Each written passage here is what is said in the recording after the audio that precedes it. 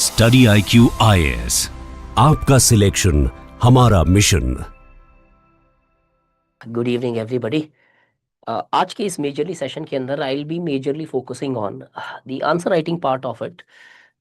Many students often face challenge with respect to the answer writing as well.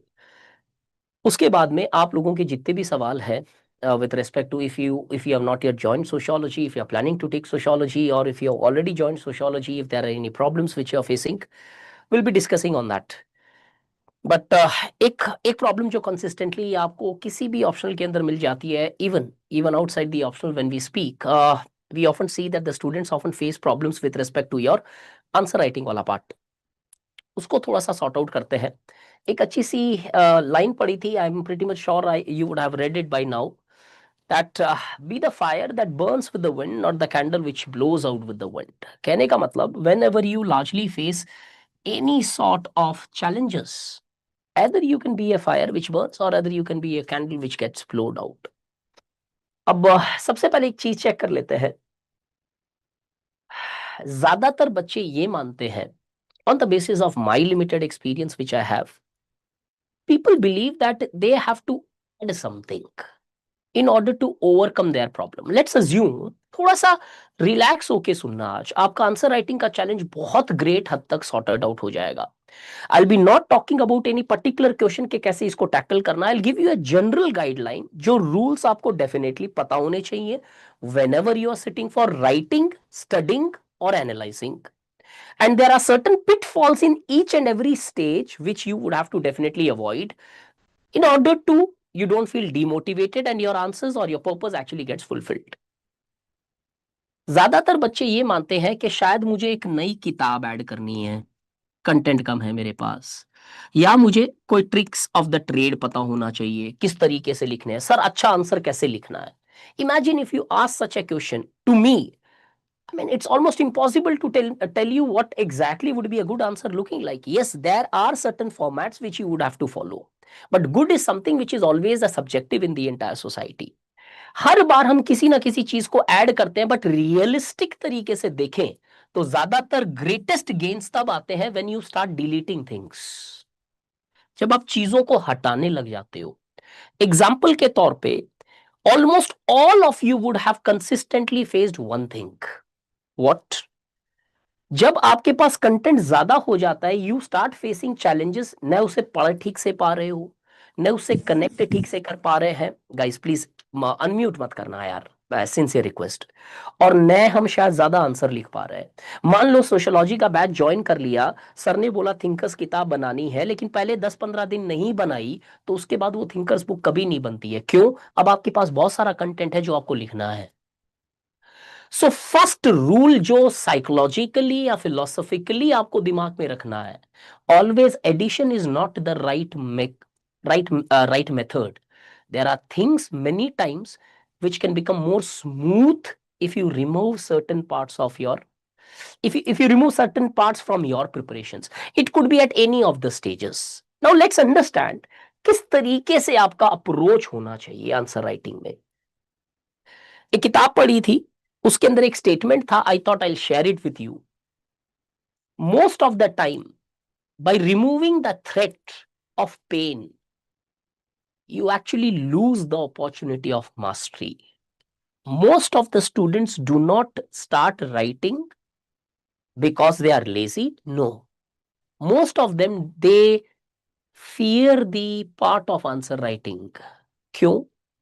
उन्हें लगता है कि answer लिखूंगा तो पता चल जाएगा यार मुझे कितना आता है कि नहीं आता। और by chance, imagine the mindset, आपको पता चल गया कि नहीं यार वो यूरोपियन मॉडर्निटी वाला part I am not able to get it well, I have some problem with respect to common sense knowledge वाला topic. Now you realized your problem. Now rather than being happy that you at least know that you are not going right, you now get into a depression mode. ओ पर नहीं यार ये नहीं आ रहा है। अब आप क्या कर रहे हो? आप उसी कंटेंट को पढ़ने की बजाय दिवाकर सर के पास चले गए, महापात्रा सर के पास चले गए, गूगल के पास चले गए, चैट जीपीटी के पास चले गए। The problem was not bloody the content which was insufficient. The problem actually existed that you were not in a position to recall it. Now there are many reasons why a person is not able to recall. We'll list them perfectly today here by using the knowledge of different types of books which I read in my life. ये please याद रखेंगे. You would have to face certain degree of pain if you ever have to master anything in the society. The same thing applies to difficult books, answer writing, analyzing. अरे आज भी जब मैं दूसरी किताबें पढ़ता हूं और बैठ के जब उसे एनालाइज करता हूं, maybe that is Osho, maybe that is focus और ब्रेथ और any other book which are complicated in nature, I have a fear कि अरे यार रिकॉल करने में दिक्कत आ रही है, but I constantly keep on recalling things. हाँ क्या था ये, नहीं हुआ, गो बैक टू होम, एक बार और पढ़ लो ना वो दो दो paragraph, it will fit as it is. So please remember, थोड़ा तो पेन उठाना पड़ेगा if you really have to read good, analyse good, write good, and finally all the three have to be combined in order to actually get you that rank which you are actually deserving or desiring. अब पहला stage देखते हैं. एक concept पढ़ा था मेरे मैंने life में, लिंडी इफेक्ट. क्या होता है लिंडी इफेक्ट? एग्जाम्पल से समझाता हूं पहले. Imagine today a new study comes that having an apple would reduce the chances of obesity in among the people. Suppose hypothetically ले लेते हैं कि आज एक नया पेपर पब्लिश होता है by different types of scientists कि एप्पल खाओ और मोटापा से मोटापा नहीं मोटे नहीं होगे या फिर ओबेसिटी नहीं आएगी. ठीक है, people read the paper, people start following that. Lindy effect ये बोलता है कि नई स्टडी जो पब्लिश्ड है, there is a possibility after 10 days those studies may be contradicted, after 10 months, after 2 years, after 1 year. Lindy effect says that you should always trust that which has existed since centuries. जितनी ज्यादा पुरानी चीज है, चाहे वो पुरानी wine हो, चाहे वो पुरानी किताब हो, चाहे वो पुराना एक्सपीरियंस हो, चाहे आपके सीनियर सिटीजन्स या ग्रैंडफादर या पेरेंट्स के एक्सपीरियंस हो, अगर वो हजारों साल से आज भी चलते हुए आ रहे हैं तो definitely those would have been flawless. That's the reason they were able to beat the heat of the time. But most of the time what happens, जैसे ही मार्केट में एक नई किताब आई, people, in fact an aspirant who has prepared the notes by himself, rather than trusting those notes which he prepared from past 1.5 years, he now starts trusting that particular book which came in the market just 10 minutes down the line. ये Lindy effect इधर क्यों use कर रहा हूं? Since the time I was preparing, since the time when I was taught some things from my seniors, there are certain things in civil services preparations with respect to studying, analyzing and writing. ये 3 important part आपके preparation के. कुछ ऐसे नुस्खे आज भी चलते हुए आ रहे हैं जो शायद मेरे से पहले भी थे, उनसे पहले भी थे, मेरे टाइम में भी थे और आज आपके टाइम में भी है. But what has happened is, old rather than becoming gold, has old today has been often renounced in the Indian society. हम ज्यादातर एस्पिरेंट नई चीजों पे ज्यादा, ऑब्वियस सी बात है यार, करंट बेस्ड होगा यार, ज्यादा बेटर होगा यार. अब वो कॉन्ट्रडिक्ट हो रहा है, लेकिन बहुत सारी पुराने टाइम से चीजें चलती हुई अगर आ रही है, and if they are still existing, there has to be some positive things attached to it. उसी तरीके के 3 चीजें डिस्कस करूंगा पढ़ने में: technique of studying, technique of analysing and technique of writing. Because सिर्फ ये डिस्कस करना इज ए फुलिश, बिकॉज लिख आप तभी पाते हो जब ये दोनों प्रोसेस ठीक हो चुके हैं.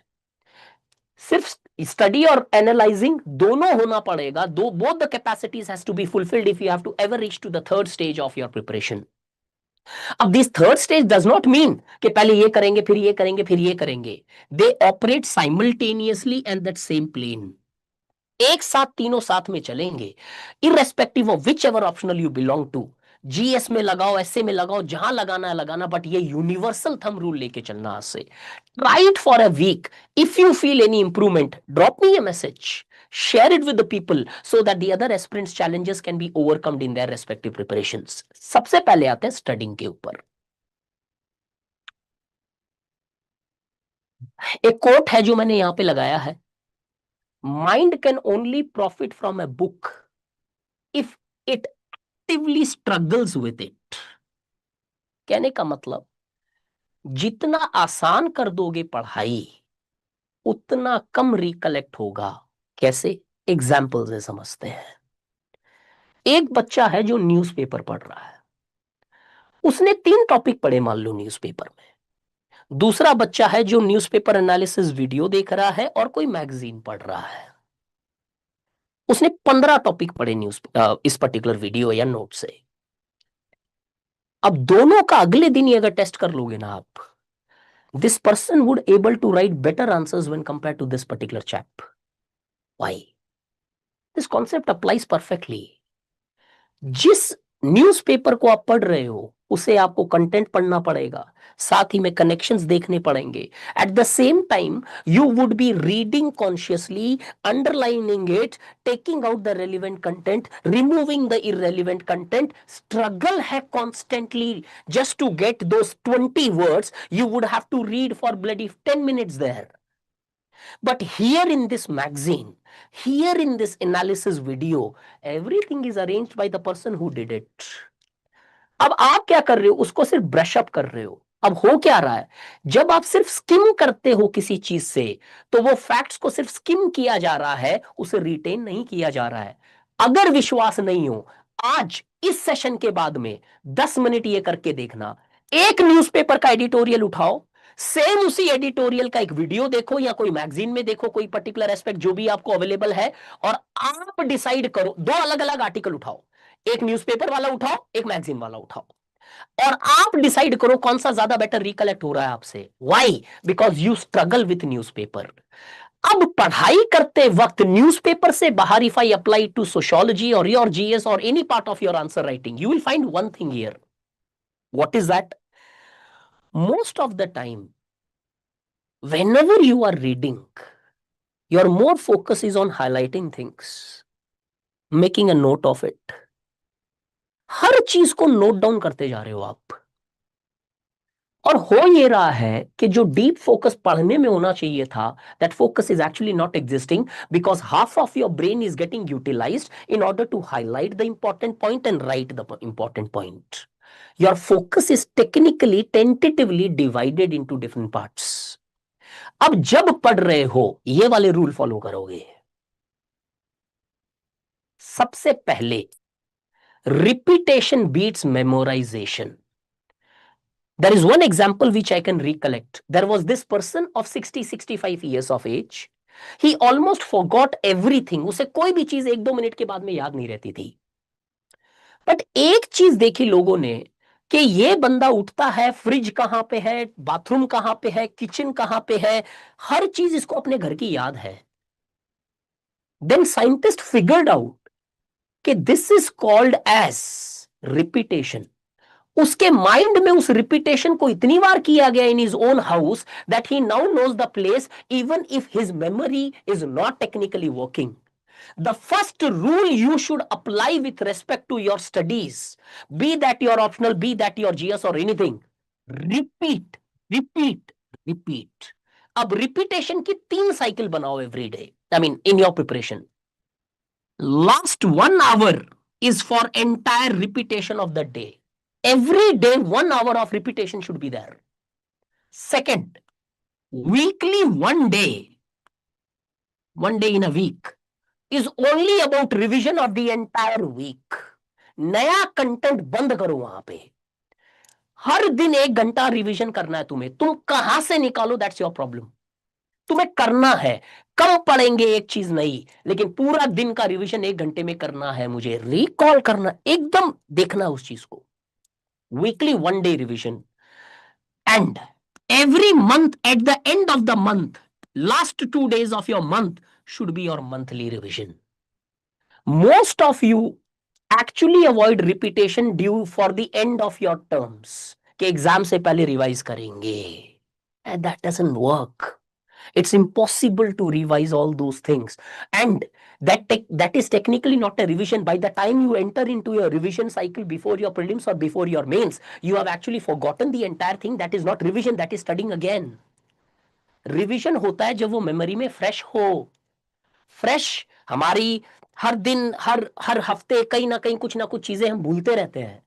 1 hour every day, 1 day in a week, 2 days in a month, it should be technically then you would be going for roughly 8 days of preparation in a month. And that's where you will beat majority of the population. Why? Because what you have studied, you actually know, you are in a position to use that, rather than compared to people who have studied thousands of pages but they are not in a position to even repeat one part of it. What is the use of the book which you cannot use in your day to day life? उस किताबी ज्ञान का क्या फायदा जो आप use ही नहीं कर पाओ? UPSC is not asking you कितना पढ़ के आए हो आप। यूपीएससी देख रहा है पेपर में दिखाओ कितना पढ़ के आए हो आप। पेपर में वही आदमी दिखा पाता है जो रिपीटेशन करता है। So don't focus on revision, repetition. Example, Hanuman Chalisa, Vishnu सहस्त्र नाम, या कितनी चीजें लोगों का कंठस्थ कैसे याद हो जाती है? रिपीट कर करके, रिपीट कर करके। सेकेंड थिंग, beside repetition, ये I personally believe is the most important part of your studies. अब इसको कैसे किया जाता है? Recalling means what? Whenever you study something, after finish of that particular point or a para or a topic, what you have to do immediately is recall the entire thing in your mind. मान लो आज आपने एक topic पढ़ा, Naxalite problem in India. You read the topic around 1400 words or so. After that, give 5 to 10 minutes to recall क्या क्या points है।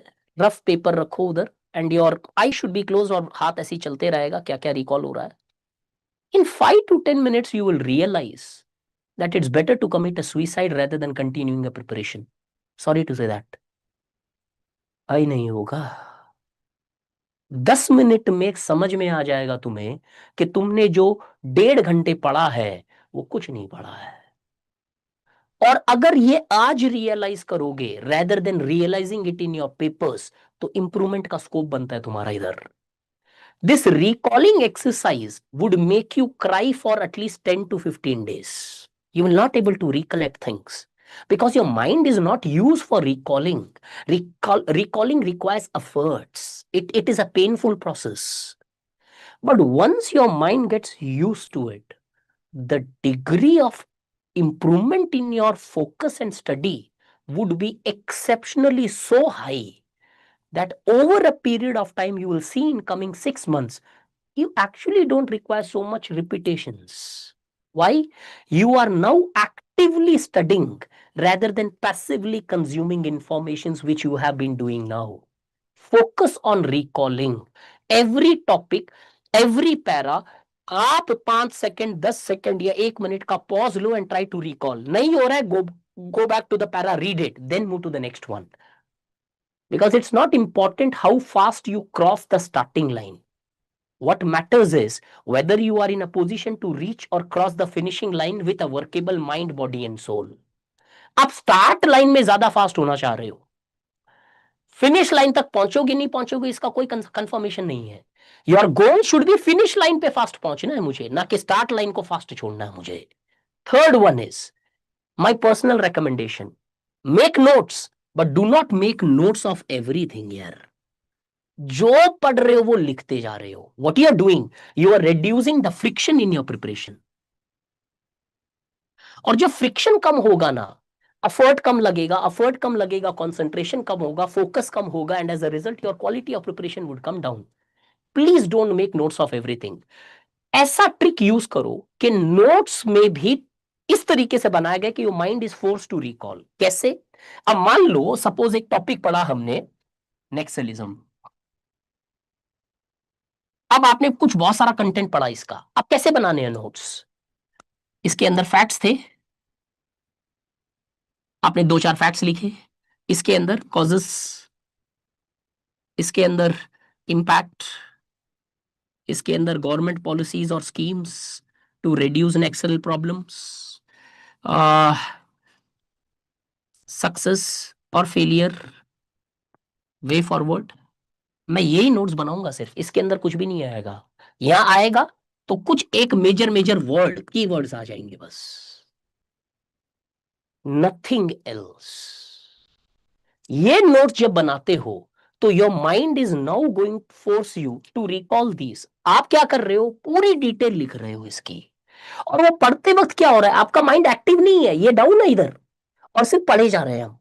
Or that defeats the entire friction, and that's where you actually are not in a position to recall even the content which you're reading. Always leave some pain in the entire process. Do it for 1 week here. You will realize every part of it. And the next one is choose conscious strategic failure. Remember one thing, choose your failure, because anyways you are going to fail at one thing or the other. कहीं ना कहीं तो fail होने वाले हो, ऐसा नहीं है हर चीज में सक्सेस हो जाओगे। इधर कैसे लागू होता है ये, अरे जब जीएस की तैयारी कर रहे हो, कुछ पार्ट्स होंगे जहां पे नहीं समझ में आएगी चीजें, कुछ पार्ट होंगे जहां पे कम समझ में आएगी चीजें, कुछ पार्ट होंगे जहां पे बेहतरीन समझ में आ रही है चीजें। Same thing for sociology, same thing for other aspects of it. Choose consciously where you decide to fail, कि ठीक है यहां पे थोड़ा नहीं होगा तो चलेगा। Because if you focus on doing everything, you are technically not doing anything. Conscious strategic failures choice is very important in an examinations where it does not have any predefined syllabus as such. The syllabus is defined in a manner where where the limits are not seen clearly. The next one is hyper focus. पढ़ते वक्त whenever you are studying, focus hyper होना चाहिए। दो type के focus होते हैं, एक analysis में यूज करूंगा। हाइपर फोकस का मतलब क्या है, absolute concentration on a single thing, एक ही चीज पे फोकस होना चाहिए। अब तुम इधर प्राणायाम करके करो, मोबाइल बंद करके करो, I don't know, but this is the only way of studying it better, recalling it better. Absolute hyper focus होना चाहिए। इधर अवॉइड क्या करनी है तुम्हें, पहली चीज जो अवॉइड करनी है, प्रोमोडो टेक्निक बोलते हैं, 25 मिनट पढ़ो ब्रेक लो। 25 मिनट तक का अगर तुम्हारे कंसंट्रेशन नहीं है तो यूपीएससी तुम डिजर्व ही नहीं करते हो। 3 3 घंटे बिना कंसंट्रेशन के पढ़ो, increase your respect, behave. Robert Sapolsky की एक किताब है, कभी जीवन में बहुत सॉलिड तरीके से बायोलॉजी और सोशियोलॉजी की कॉम्बिनेशन समझनी है तो this is the must read book. In fact क्या बोलते हैं कि माइंड इतना फ्लेक्सिबल है कि तुम जितना ज्यादा इससे डिमांड करोगे उतना ज्यादा होता जाएगा। प्रोमोडो टेक्निक सजेस्ट करने वाले टीचर खुद नहीं कभी डीप फोकस कर पा रहे हैं शायद, और बिना डीप फोकस के तुम एनालिसिस किस तरीके से करोगे। 25 मिनट अगर तुम्हारा फोकस चेंज करना पड़ रहा है, तुम्हें डोपामाइन लेना पड़ 25 मिनट के बाद break, fit to become an IAS officer. Let's be clear on that front. Hyper focus होना चाहिए, स्टेट ऑफ फ्लो आ जाना चाहिए, और ये पर्पसफुली आपको माइंड को बोलना पड़ेगा। Yes it will take time, it's not going to just happen the day when you sit on your chair and hyper focus would automatically come like an avatar. No, it's not going to happen like that. You have to purposefully build that up, and that requires efforts. It does not come by reading a book called Hyperfocus or by reading Robert Sapolsky's Behave. You would have to implement that up. And the last thing which you need to avoid here is stop trying to clear your deck. हर चीज नहीं होने वाली है, हर बार daily चीजों को खत्म करने के लिए मत बैठो यार। Every day it's not going to happen that आज का गोल मेरा क्लियर हो जाएगा, आज का ये चीज मुझे खत्म करना है। हम हमेशा अपनी टेबल से सारी चीजें क्लियर करना चाहते हैं, आज की टेबल में ये भरा हुआ है, इसको खत्म करना है। No, stop clearing that, I mean stop doing that.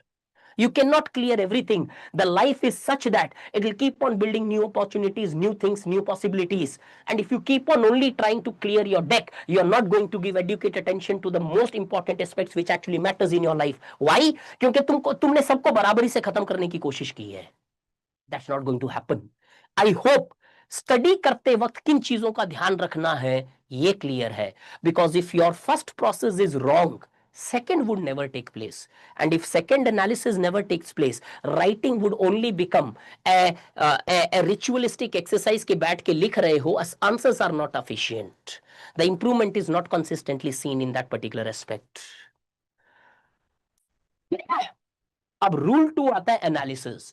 जब आपने पढ़ाने का तरीका ठीक किया ना, तब आप पहुंचोगे सेकंड स्टेज पे।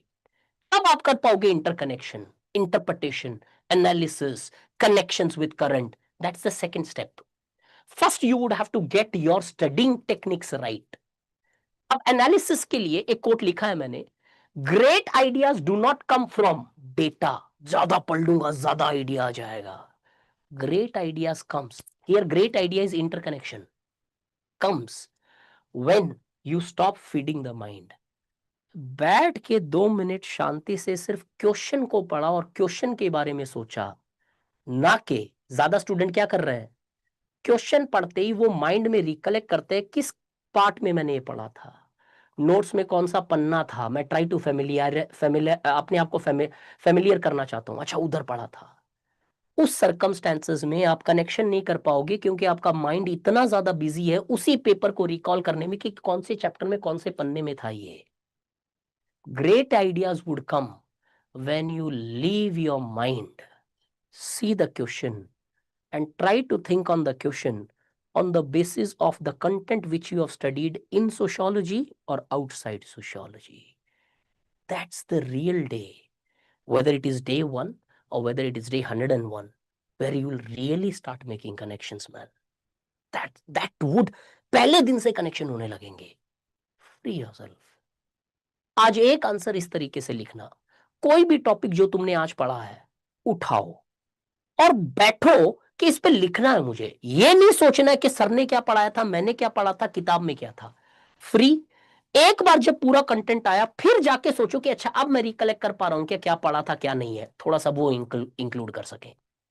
क्या तरीका होता है एनालिसिस का. First thing, quantity determines your quality. Analysis तब कर पाओगे आप जितना ज्यादा पढ़ रखा होगा आपने.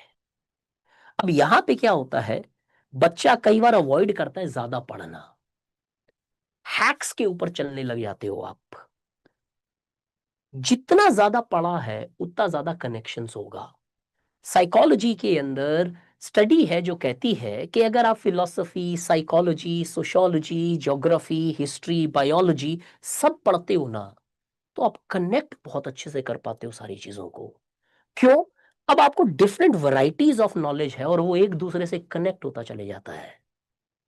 तो शायद 8 फोल्ड पाथ बुद्धिज्म का मैं यूपीएससी से कनेक्ट कर पाऊंगा अगर मुझे दोनों की बहुत अच्छी आइडिया होगी.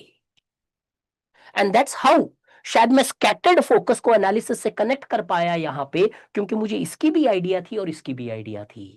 फर्स्ट थिंग, आपकी एनालिटिकल स्किल्स और इंटीग्रेशन डिपेंड करता है कि आप कितना पढ़ के बैठे हो. जितना ज्यादा पढ़ोगे, डिफरेंट कंटेंट पढ़ोगे, उतना ज्यादा कनेक्शंस होगा. If you have limited content, the connections would be limited. If you have more varieties of opinion, the connections would be pragmatic. And that's the reason I say I can debate with any bloody person on this earth that sociology से better connections कोई subject नहीं देता है. Why? The reason being, variety of opinions बहुत है sociology के अंदर. और जब 5 opinion, Marxist perspective of state, pluralistic perspective of state, idealistic perspective of state, और may be divine perspective of state, social contract theory of state, Habermasian perspective of state, romantic view of state, इतने perspective जब मैंने पढ़ लिए, इनको connect करने में कितनी आसानी हो जाएगी. अगर 2 ही पर्सपेक्टिव है तो connections would be limited. First rule of good analysis is read more. अब आप कैसे अप्लाई करोगे. मान लो if you are writing an answer on the topic deprivation and inequality, your thumb rule should be, आप deprivation और inequality ही नहीं पढ़ोगे, सिर्फ उसके आगे पीछे के टॉपिक्स भी पढ़ोगे. जितना ज्यादा, तो whenever you are writing answer on a particular topic, try to read 2-3 extra topics back to it and in which follows it. अब यहां पे आपने हायरार्की भी पढ़ा, स्ट्रैटिफिकेशन भी पढ़ा, वर्क एंड इकोनॉमिक लाइफ भी पढ़ा, और इधर आपने डिमेंशंस भी पढ़ा, रेस भी पढ़ा, मोबिलिटी भी पढ़ा. अब ये कंटेंट जो एक्स्ट्रा पढ़ा हुआ है ना, ये इधर दिखने लगेगा आपको डेप्रीवेशन के आंसर के अंदर. So the thumb rule of better analysis is whenever you have to analyze a particular issue, go one step backward, go one step forward. This is the rule. कोई भी टॉपिक की analysis में सिर्फ उस topic को नहीं सोचना है, ट्राई टू गो एक स्टेप पीछे, एक टॉपिक आगे, तब जाके तीन टॉपिक कनेक्ट होंगे तुम्हारे एक पर्टिकुलर टॉपिक में। ये कब पॉसिबल है? जब हर आंसर के अंदर आप कॉन्शियसली ये चीज कोशिश करोगे। ऑटोमेटिक तो कोई नहीं आने वाला इधर, प्रोलेटेरियट रेवोल्यूशन नहीं है मार्क्स का, ये कहां से आएगा? Means whenever you are writing, अपने माइंड को क्लियर क्लियर कट डिसीजन ये देना है, भाई एक स्टेप पीछे जा, एक स्टेप आगे जा, कहाँ कहाँ क्या क्या पढ़ा था, अच्छा डेप्रीवेशन में ये पढ़ा था, अच्छा मोबिलिटी में ये पढ़ा था, अच्छा इधर मैंने ये पढ़ा था, अच्छा चार टॉपिक इधर मैंने साइड में लिख के रखे, अब आओ क्वेश्चन के ऊपर। ओके, डेप्रीवेशन में कुछ ये बोला जा रहा है, अच्छा ये कैसे मोबिलिटी से कनेक्ट हो रहा है, अच्छा ये कैसे हायरार्की से कनेक्ट हो रहा है। पहले पर्पसफुली वो कनेक्शन करने पड़ेंगे, तब जाके धीरे धीरे ऑटोमेटिक रेस्पॉन्स आने लगेगा when you keep on maturing with your answer writing. तो these two rules are very important. First, ज्यादा पढ़ेंगे, और जब भी एनालिसिस करेंगे one step forward and one step backward, दोनों चीजें देखी जाएगी, तब जाके वो इंटरकनेक्शंस आएंगे which you are purposefully trying to bring it in. Next is always move beyond topic. इसका मतलब स्कैटर्ड फोकस होना चाहिए आपके पास। दुनिया में दो टाइप के फोकस है, एक है एब्सोल्यूट कॉन्सेंट्रेटेड हाइपर फोकस, एक एक चीज पे एब्सोल्यूट फोकस होता है। जैसे हाइपर फोकस के सबसे बेस्ट एग्जांपल होते हैं साइंटिस्ट, सॉरी कहां चला गया, साइंटिस्ट, सॉलिड सा फोकस, एकदम एक ही चीज पे फोकस कर रहे हो लैब पे, इधर उधर कुछ नहीं दिख रहा है। स्कैटर्ड फोकस सबसे बेस्ट दिखाई देता है सोशोलॉजिकल थिंकर्स या फिर ह्यूमैनिटीज के थिंकर्स के अंदर, that is social scientist. Social scientist क्या करता है, वो एक ब्रॉड प्लेन के ऊपर सोचता है। तो जब मैं डेप्रीवेशन देखूंगा तो मैं सिर्फ डेप्रीवेशन नहीं सोचूंगा, मैं पावर को भी सोचूंगा, मैं स्ट्रैटिफिकेशन को भी देखूंगा, मैं वर्क को भी देखूंगा, मैं फैमिली को भी देखूंगा, मैं इनइक्वालिटी भी देखूंगा, या फिर मैं कोई और पर्टिकुलर एस्पेक्ट भी देखूंगा। स्कैटर्ड फोकस, बट स्कैटर्ड मतलब क्या है यहाँ पे, एक ही फील्ड के अंदर रेस्ट्रिक्टेड होना चाहिए वो। स्कैटर का मतलब ये नहीं हवा में कुछ भी सोच रहे हो आप। स्कैटर्ड फोकस मतलब एक प्लेन के ऊपर पूरा फोकस है, और हाइपर फोकस मतलब एक ही एस्पेक्ट ऑफ दैट प्लेन के ऊपर फोकस है मेरा। तो स्टडिंग के वक्त हाइपर फोकस होना चाहिए, और एनालिसिस के वक्त स्कैटर्ड फोकस होना चाहिए, थोड़ा सा ब्रॉड जाएंगे beyond the topic, and that's what is called as going beyond the topic. These are the three rules which you would have to follow whenever you are trying to analyze. So next time when you write an answer, first rule, थोड़ा सा ज्यादा पढ़ो उस topic के बारे में, आगे पीछे बढ़ो उस चीज का, और उसको जब लिखो तो सिर्फ उस टॉपिक को सोच के मत लिखो, पूरी सोशियोलॉजी में जो कंटेंट तुम्हें उधर रेलिवेंट लगता है, feel free to use that up. अब आते हैं राइटिंग पे। पढ़ाई अच्छे से की हमने, एनालिसिस करना हमने सीखा, अब आता है उस चीज को क्या हम लिख पा रहे हैं। अब राइटिंग के लिए कोट लिखा है मैंने यहाँ पे, work that actually moves your preparation forward rarely screams for your attention. ज्यादातर यूपीएससी एस्पिरेंट को अगर सबसे इंपॉर्टेंट चीज पूछी जाए इसकी क्या है, they know it well, sir answer writing पे ग्रिप करनी पड़ेगी, only then there is a possibility I never get selected. But if I ask you second question, most of the aspirants focuses were on this, वो पढ़ाई में ही व्यस्त है, पढ़ना है, पढ़ना है। अरे ये जो पढ़ा उसे एनालाइज और उसे लिखना नहीं है क्या? नहीं, पढ़ना है सर। अभी एक साल में रज के पढ़ूंगा, then I will write. By the time you sit for now writing you have forgotten what you have read. तो फिर सर अगला अटेम्प्ट दूंगा, सर मैं बेस्ट अटेम्प्ट देना चाहता हूं। ये बेस्ट वेस्ट की ना पीपड़ी मेरे सामने कभी मत बजाना। बेस्ट अटेम्प्ट देने वाले लोग बेस्ट तरीके से तैयारी करते हैं, तुम डर के मारे अटेम्प्ट नहीं दे रहे हो, सिंपल एज दैट। तुम्हें डर लगता है फेलियर का। पॉइंट इज दिस, जो पिछले एक साल में तुमने सोचा था बेस्ट है, तुम्हें एक साल के बाद रियलाइज हुआ कि अरे ये क्या हो गया। अब इस साल में तुम क्या कर रहे हो, नई किताबें उठाई, नई मटेरियल उठाया और तुम स्क्रैच से स्टार्ट कर रहे हो यार। भ्रम है तुम्हारा कि एक साल में तुमने कुछ सीखा है। सीखा है कि नहीं, इवैल्यूएट करने का एक ही तरीका है, क्या तुम लिख पा रहे हो, सॉरी, क्या तुम लिख पा रहे हो कि नहीं। नहीं लिख पा, अरे अगर नहीं लिख पा रहे हो तो साहब आपने कुछ नहीं पढ़ा है, सिंपल। लिख पा रहे हो तो yes you are in the stage of progress. Yes, पहला आंसर परफेक्ट नहीं होगा। Most of the student wait for the perfect timing, perfect content, perfect movement in order to start the writing, and that perfect movement never comes. Perfectionism is nothing but discipline hidden under fear, fear hidden under discipline. Perfectionism कुछ नहीं है, आपका डर है जो discipline के आड़ के अंदर छुपा हुआ है। That's the reality of it. तो मेक श्योर इस पार्ट को अगर मिस किया तो पूरा प्रिपरेशन इज जीरो। अब कैसे बेहतर लिखा जा सकता है, आंसर का एक फॉर्मेट बताऊंगा, क्या रूल्स होने चाहिए लिखने के लिए, बट कुछ पॉजिटिव्स और नेगेटिव्स जो आपको ध्यान में रखने हैं। Something which you have to do, see if you have to fulfil I want to do, if you ever have to achieve that, you should know what I should not do, what I have to do. So I want to do only gets completed when I know I will have to do and I won't have to do. जब ये दोनों combine होते हैं तो achieve होता है I want to do. क्या कहते हैं आंसर राइटिंग के ऊपर, your answers must show practical wisdom. कोई भी आंसर लिखो एक थंब रूल लेके चलना। In sociology, thinkers, as per Weber, as per Marx, as per Durkheim, as per Parsons, if you ever end up writing such answers, take it for me, take a screenshot, keep it, slap it on my face, if you can beat that.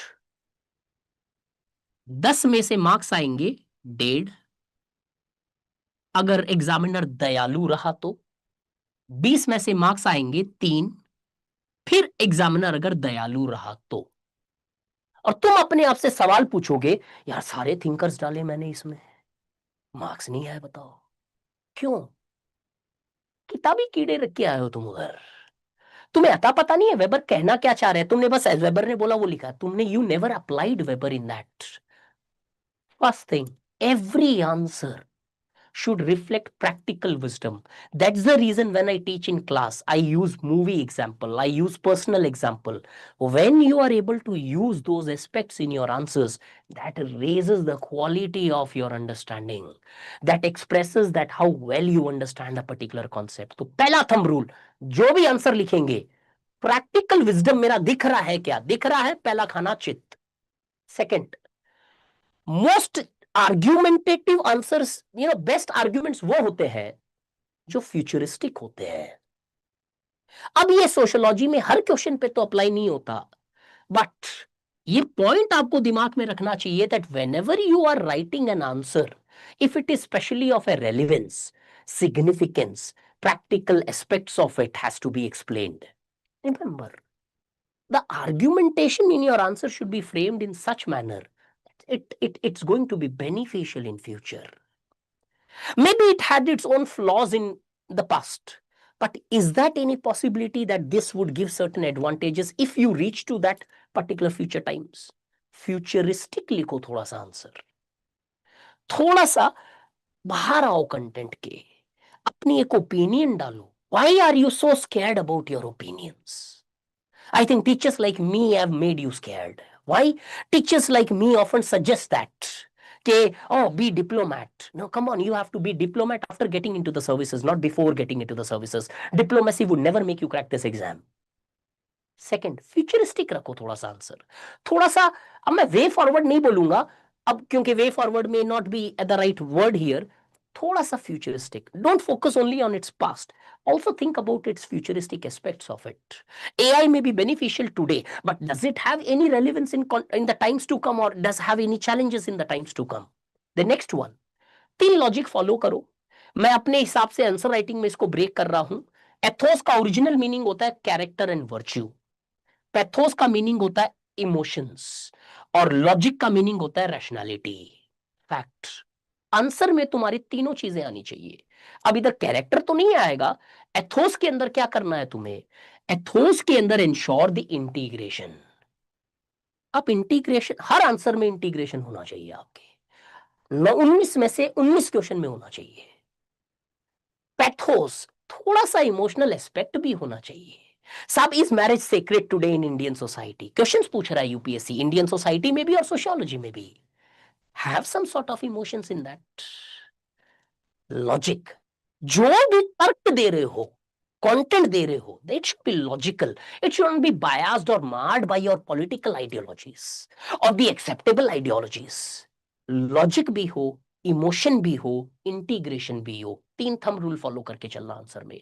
तीनों चीज है तो at least content complete है तुम्हारा, it's more complete in nature. Next, क्या pitfalls है जो तुम्हें डेफिनेटली अवॉइड करनी है? पहली चीज, chasing hacks while neglecting reputations. Most of us chase the hacks. Hacks क्या है वो बता दे रहा हूं। क्वेश्चन पढ़ा, अच्छा, क्वेश्चन पढ़ते ही चैट जीपीटी में डाला, अच्छा ओवरऑल स्ट्रक्चर दे दो मुझे, और उस स्ट्रक्चर को फिर अपने आंसर्स में बना दिया आपने। It's a hack.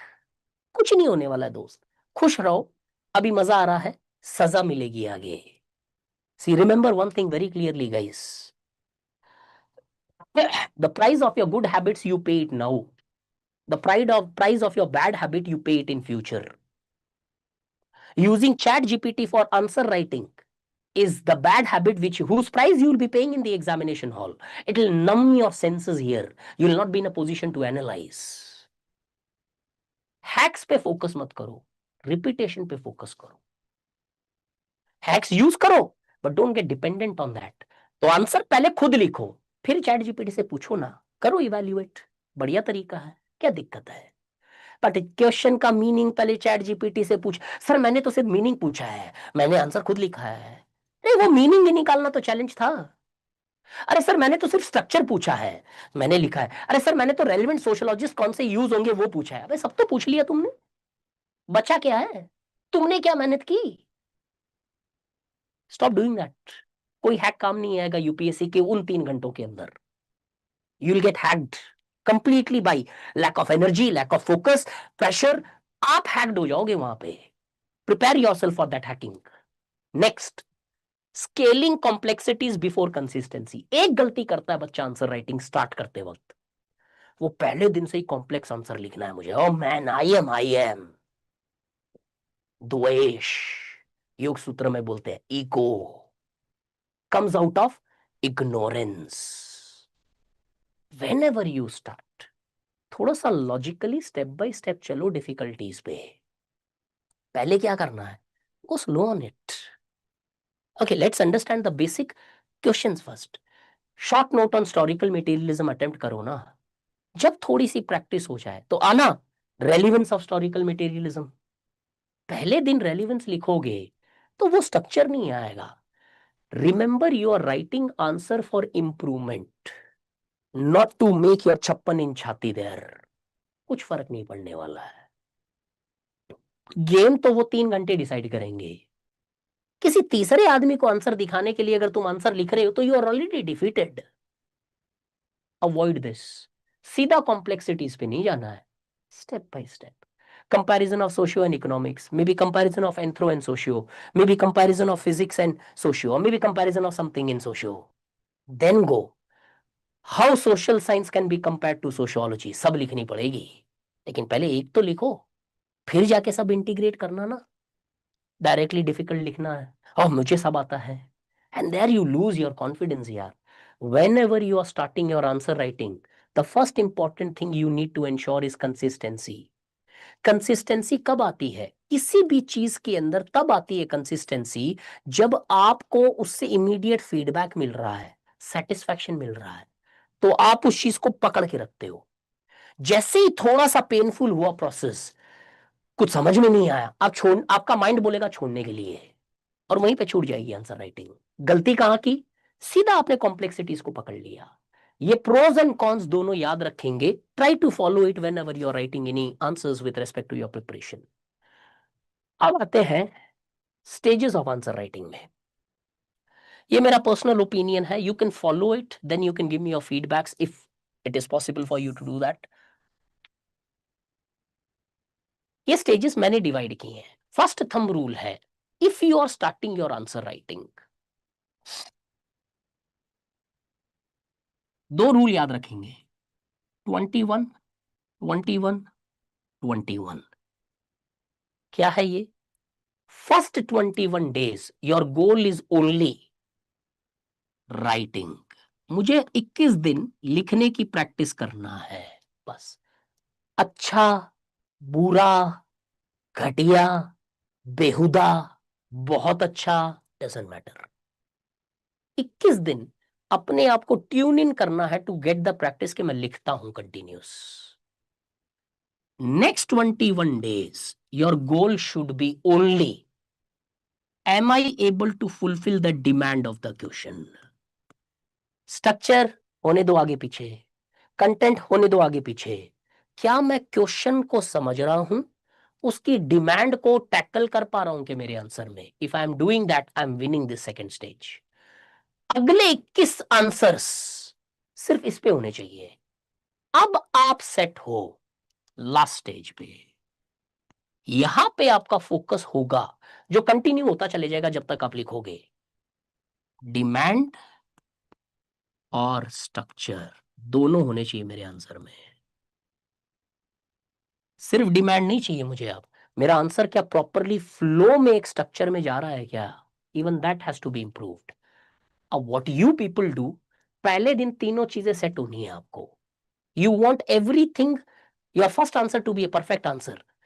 As I said, perfectionism is nothing but fear dressed in the forms of discipline. Don't do that. सिर्फ लिखना है, डिमांड फुलफिल करनी है, और फिर आगे जाके इधर पहुंचोगे तुम तो लगभग 63 डेज लगेंगे आपको पहला बेस्ट आंसर लिखने के लिए। अब हो सकता है किसी के 40 दिन हो, किसी के 70 दिन हो, बट मैं 21 रूल बता रहा हूं, आगे आप चाहो वैसे कर लो इसको। क्यों? कई लोग जो 5 दिन लिखेंगे और उसके बोलेंगे अब तो मेरे को समझ में आ गया। नहीं, जब तक लिखो तब तक आप उस चीज को बहुत अच्छे से नहीं समझ लो। फर्स्ट रूल ये फॉलो करेंगे। उसके बाद सेकंड रूल, जब तक तुम ये 63 days, that is 63 answers, 1 day 1 answer, 63 days is equal to 63 answers. जब तक 63 आंसर्स नहीं लिख लो तब तक every answer should be taking a time of 20 to 20 minutes. तो पहले 63 answers should, each answer should take at least 20 to 25 minute. इसके बाद में टाइम रिड्यूस करने की सोचना, और सोचना नहीं पड़ेगा, ऑटोमेटिकली होने लगेगा, इसी 63 डेज में दिखाई देने लगेगा तुम्हें। बट व्हाट एस्पिरेंट्स डू, पहले दिन से 8 मिनट में लिखना है, नहीं पॉसिबल है, इम्पॉसिबल टू डू इट। सो ये दो रूल फॉलो करना, और ये 20 और 25 मिनट में सर क्या करना है हमें, एटलीस्ट फॉर 63 आंसर्स। ठीक, ये स्टेप से फॉलो करेंगे। सबसे पहला स्टेज,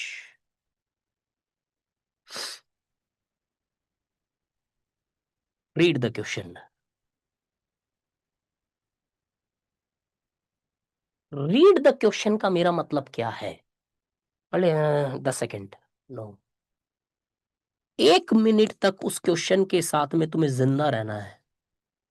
पढ़ो 2 बार, 4 बार, 5 बार, read it. After reading the question, highlight the keywords.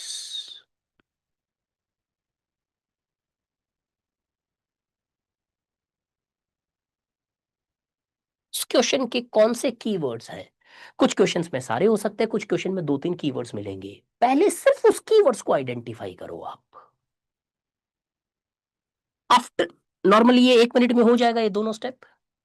तीसरा,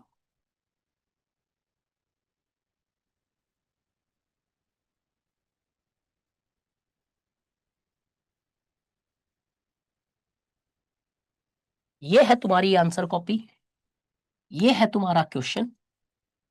अब यहां पे एक लाइन खींचोगे आप, क्वेश्चन की डिमांड को आप लिख के रखोगे इधर, demand of the question. Third step में तुम्हें अपनी भाषा में Telugu, Tamil, Hindi, English, Bengali, Malayalam, what ever it is, write the demand in your own simple understandable words. Write that. Fourth,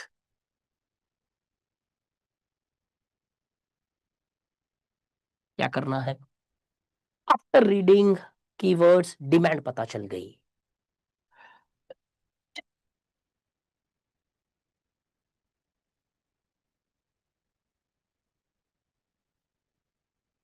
the most important step, one of the most important step of the entire process, brainstorm the content. क्या करना है? ये बनाया इधर column, demand लिखी। अब जो topic है, जो डिमांड आपने फाइंड आउट की, मान लो if the question is does ethnomethodology help in collecting reliable and valid data, comment. Ethnomethodology, reliable या वैलिड डेटा, कमेंट। ये मेरे कीवर्ड्स है। अच्छा, डिमांड क्या है? भैया क्या एथनो मेथोडोलॉजी से रिलायबल और वैलिड डेटा कलेक्ट हो सकते हैं कि नहीं? ठीक है, समझ गया। अब ब्रेनस्टॉर्मिंग क्या करनी है? ब्रेनस्टॉर्मिंग का एनालिसिस का रूल बताया था मैंने, सिर्फ एथनो में नहीं जाना है। अच्छा, रिलायबल क्या है, वैलिड क्या है? अच्छा, एथनो कौन सी स्कूल से बिलोंग करती है? एथनोलॉजी, एथनोमेथोलॉजी का मीनिंग क्या है? कौन इसके मेजर प्रोपोनेंट है? अच्छा, एथनोमेथोलॉजी अगर ये चीज की बात कर रही है तो कंसिस्टेंसी कैसे आएगी डेटा में? पॉसिबल नहीं है। अच्छा, वैलिड जनरलाइजिंग कैपेसिटीज होगी क्या? ओके, टाइप्स ऑफ वैलिडिटी भी तो है। Ecological validity, measurement validity, content validity, cause effect validity, external and internal validity. अच्छा, ये वाले कुछ कनेक्ट हो रहे हैं क्या? जितना कंटेंट है मैंने रिकॉल किया, जो मेरे उस डिमांड में फिट हो रहा है। मैं वैलिडिटी में भी गया, मैं रिलायबिलिटी में भी गया, मैं टाइप्स में भी गया, मैं एथनो में भी गया, हो सकता है मैं इंटरप्रेटेटिव स्कूल में भी जाऊं, पॉजिटिविज्म में भी जाऊं। उससे related one step backward, one step forward जो कंटेंट है मैं रिकॉल करके इधर लिखूंगा। वो सारा लिखना नहीं है आंसर में, ब्रेनस्टॉर्म करके जो कंटेंट है साइड में लिख लो। Now you come, this should take you रफली अराउंड 5 to 7 मिनट्स। प्रॉपर तसल्ली से 5 से 7 मिनट लगाओ चीजों को रिकॉल करने में। देख के रिकॉल नहीं करना है, आपको रिकॉल करना है बाय योर माइंड। अब आगे बढ़ते हैं, फिफ्थ स्टेप।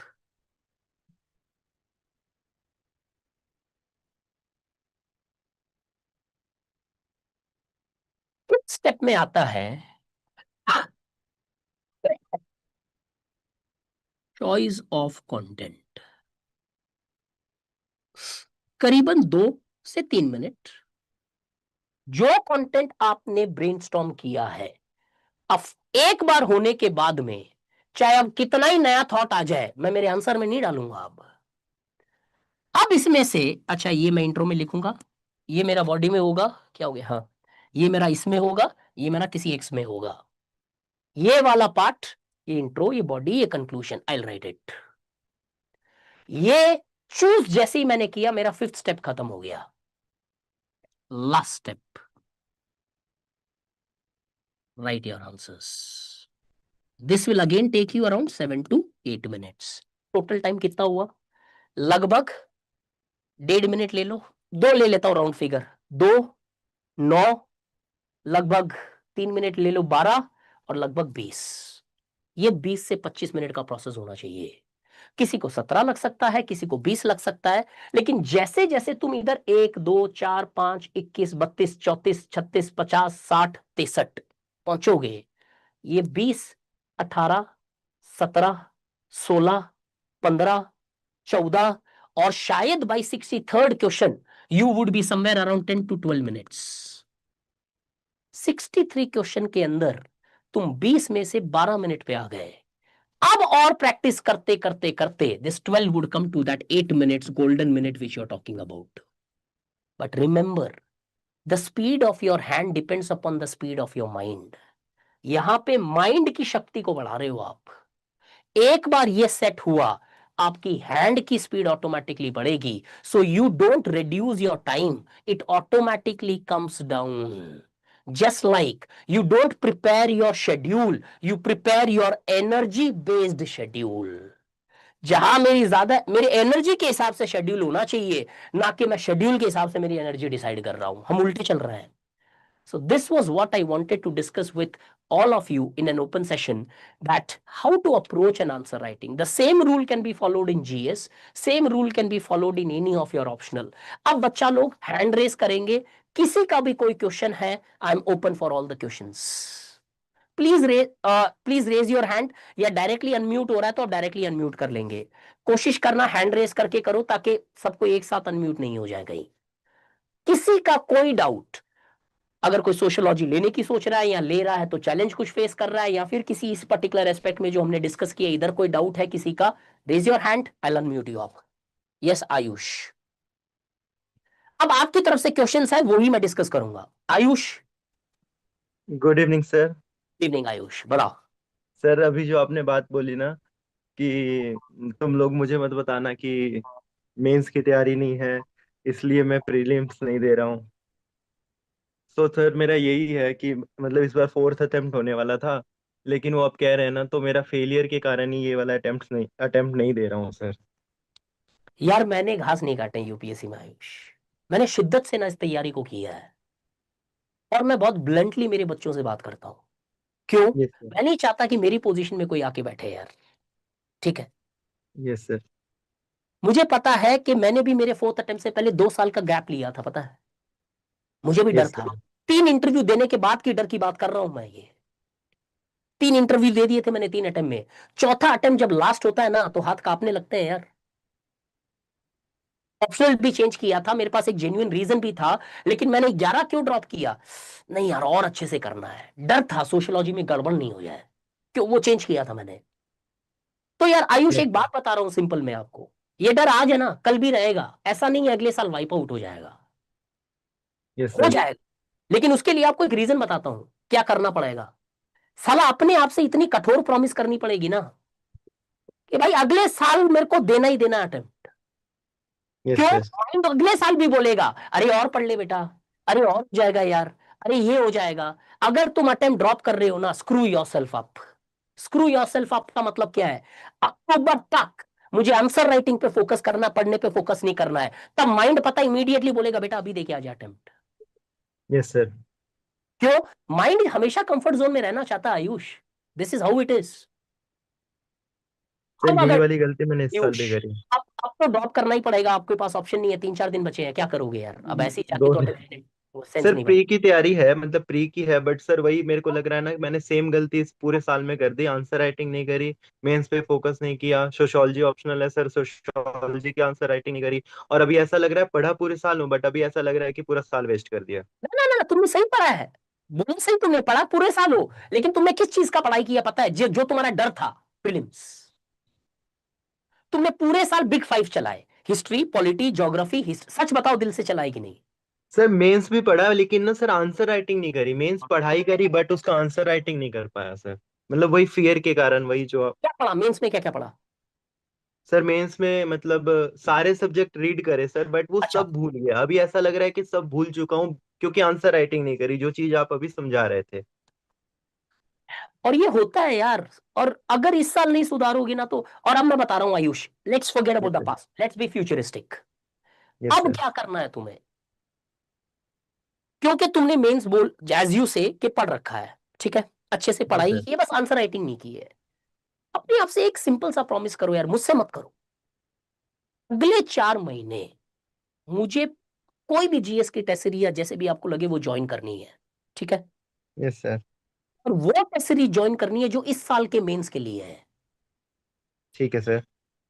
ताकि तुम इस साल के मेंस के बच्चों के साथ कंपीट करो उस टेस्ट सीरीज के अंदर, और तैयारी ऐसी करो कि मान लो तुम मेंस दे रहे हो, ठीक है सर। अब जाके ये 3 महीने का ना सॉलिड बोनस मिलेगा। नहीं तो क्या होने वाला, मैं वो भी पिक्चर दिखा देता हूं आपको, तुम फिर रिलैक्स हो जाओगे अगले 3 महीने। हम्म। अरे ठीक है, अरे अरे कल कर लेंगे, आई मीन ठीक है मैन, अगर ऐसा लगता है तो हो सकता है कल हो जाए, बट होता नहीं है आयुष ज्यादातर नहीं वैसे। होता सर, मैं फिर से वही सर्कल में फंस गया हूँ, फिर से वही सेंटर में आके खड़ा हो गया हूँ सर। डोंट डू दैट, मेरी बात मानो as a elder brother, immediately GS की टेस्ट सीरीज ज्वाइन करो। जिधर मैं करनी है, सोशियोलॉजी का भी ज्वाइन करने वाला था, जो 6 से मतलब शुरू हो रहा है देखो, ना सर आपका। सोशियोलॉजी का मैं बोलूंगा तो तुम्हें लगेगा मैं कुछ बेच रहा हूँ। नहीं नहीं सर, मैं पहले से ही ज्वाइन कर रहा हूँ आपके सर मैंने मैं पहले ही सोच रखा है। मैं मेरे कोर्स को नहीं प्रमोट करता हूँ लाइफ में कभी, मैं तुम्हें बोल रहा हूँ आंसर राइटिंग करनी है तुम्हें सितंबर तक। अब ठीक है सर। वो सोशियो तो करनी है, ऑप्शनल के बगैर नहीं निकलेगा एग्जाम, बट यस जीएस भी सर। करनी है। अब इधर एक और चीज होगी तुम्हारे साथ, वो भी बता दे रहा हूँ क्या जी होगा। सर। अरे दोनों मैनेज कैसे होगी, जैसे जिस दिन तुमने डिसाइड किया उसके अगले दिन माइंड क्या खेलेगा, अरे दोनों नहीं होगा यार, पहले एक कर लेते हैं, पहले एक कर, हम्म। और वहीं पे तुम फेल हो।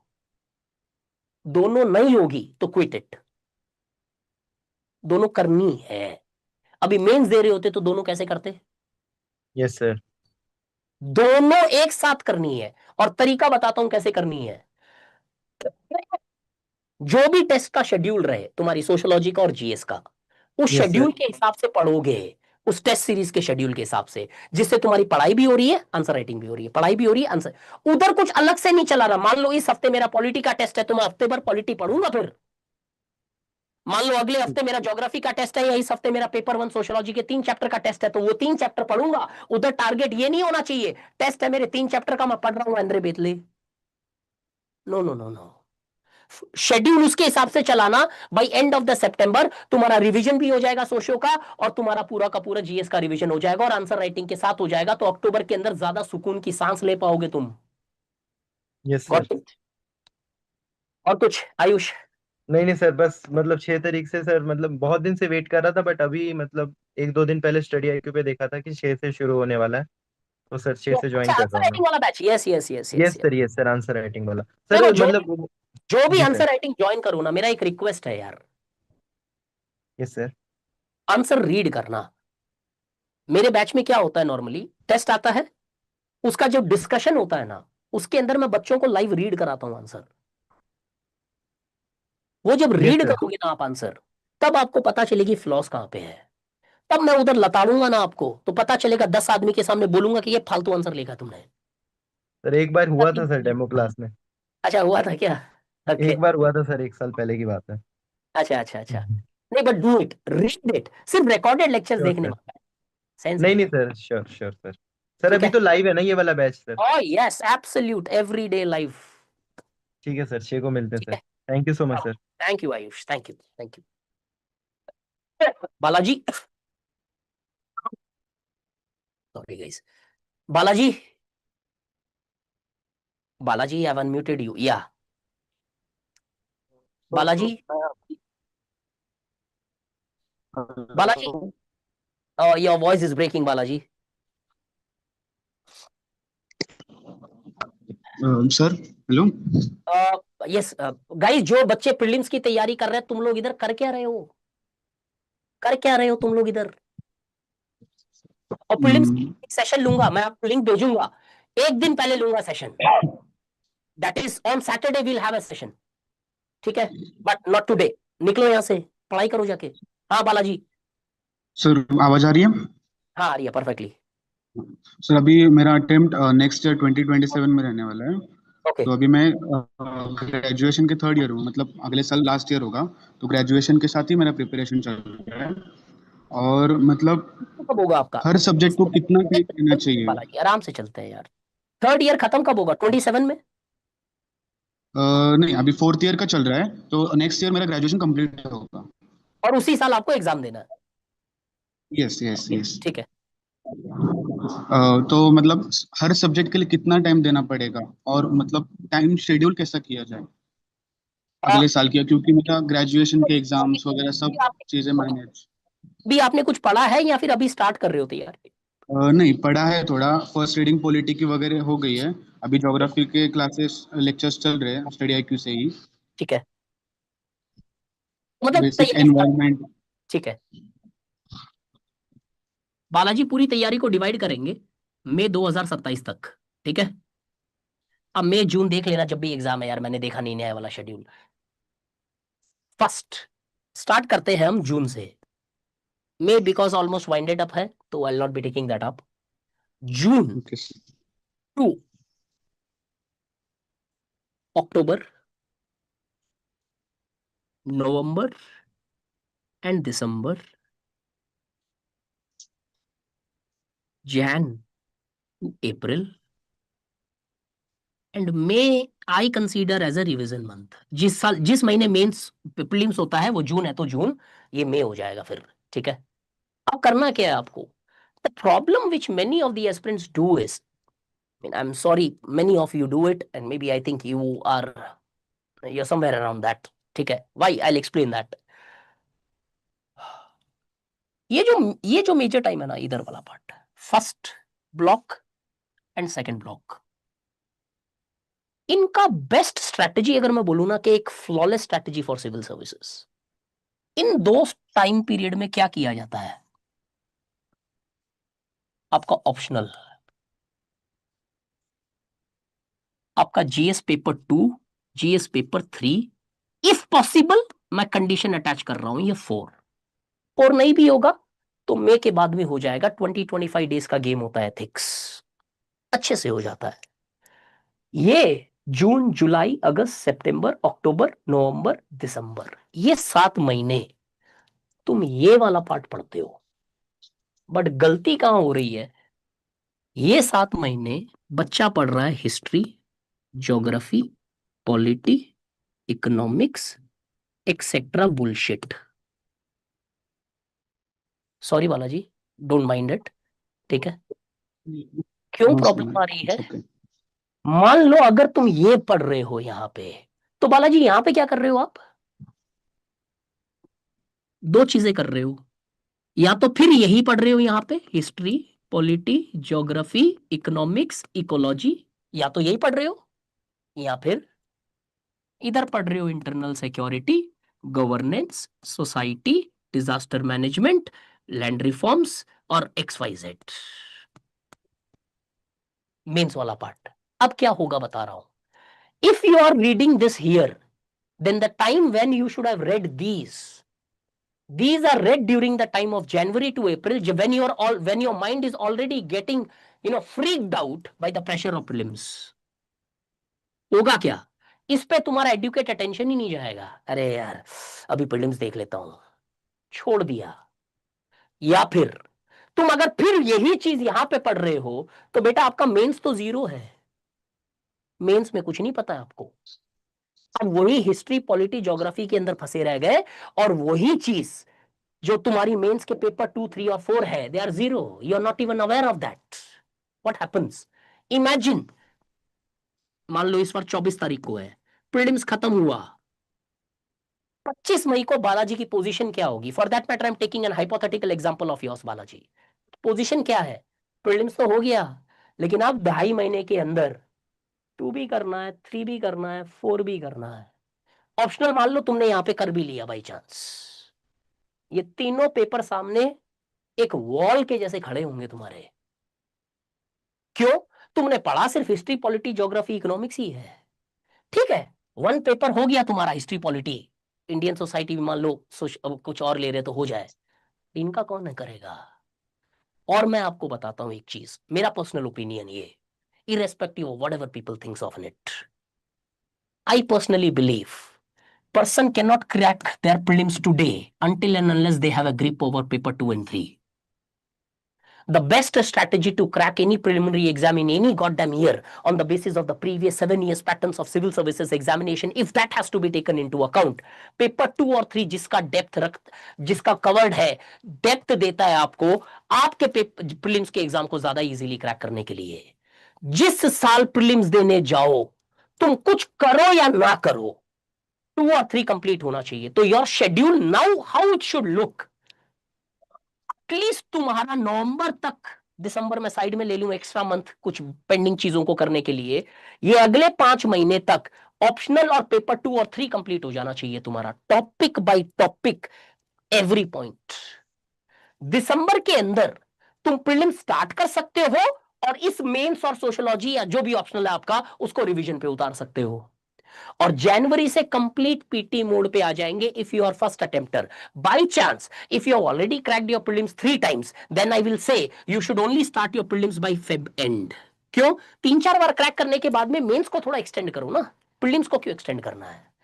तो the right strategy according to me Balaji is till November you should do this, December is for revision of this, recalling and further development of this, and prelims should be completely, और prelims को start करेंगे, इसको revise करेंगे, जनवरी से completely prelims mode में आ जाऊंगा, ये वाला पार्ट सिर्फ 1 घंटे डेली रिवीजन पे लगाऊंगा ताकि फेमिलियरिटी डेवलप हो. तो every day 1 hour maybe your optional and your that is optional and your mains, और पूरा बाकी 8 घंटे prelims. This should be the strategy. So Balaji, I think ये स्ट्रैटेजी आपको follow, I don't know how far you can do that or not with respect to your preparation. But if you don't complete here, you will pay the price here. Yes sir, मैंने भी वही सोचा था, मतलब दिसंबर तक सब खत्म करने का, और बाद में जो internal security, science and tech वगैरह वो सब जान से पढ़ने का सोचा था. ये गलती है, मैं बता दे रहा हूँ, Yes, sir. गलती है. क्या होगा बता रहा हूँ बालाजी, जनवरी में इतना पीटी माहौल बना दिया जाएगा ना कि तुम्हारे दिमाग में पीटी पीटी पीटी पीटी रहेगी, और ये मेंस वाले टॉपिक तुम उतने कंसंट्रेशन के साथ पढ़ नहीं पाओगे. अभी मेंस का टाइम है, तुमने मेंस के टाइम में प्रीलिम्स पढ़ लिया, प्रीलिम्स के टाइम में मेंस पढ़ रहे हो. Is that not a short recipe for god damn disasters? Yes it is. Yes sir.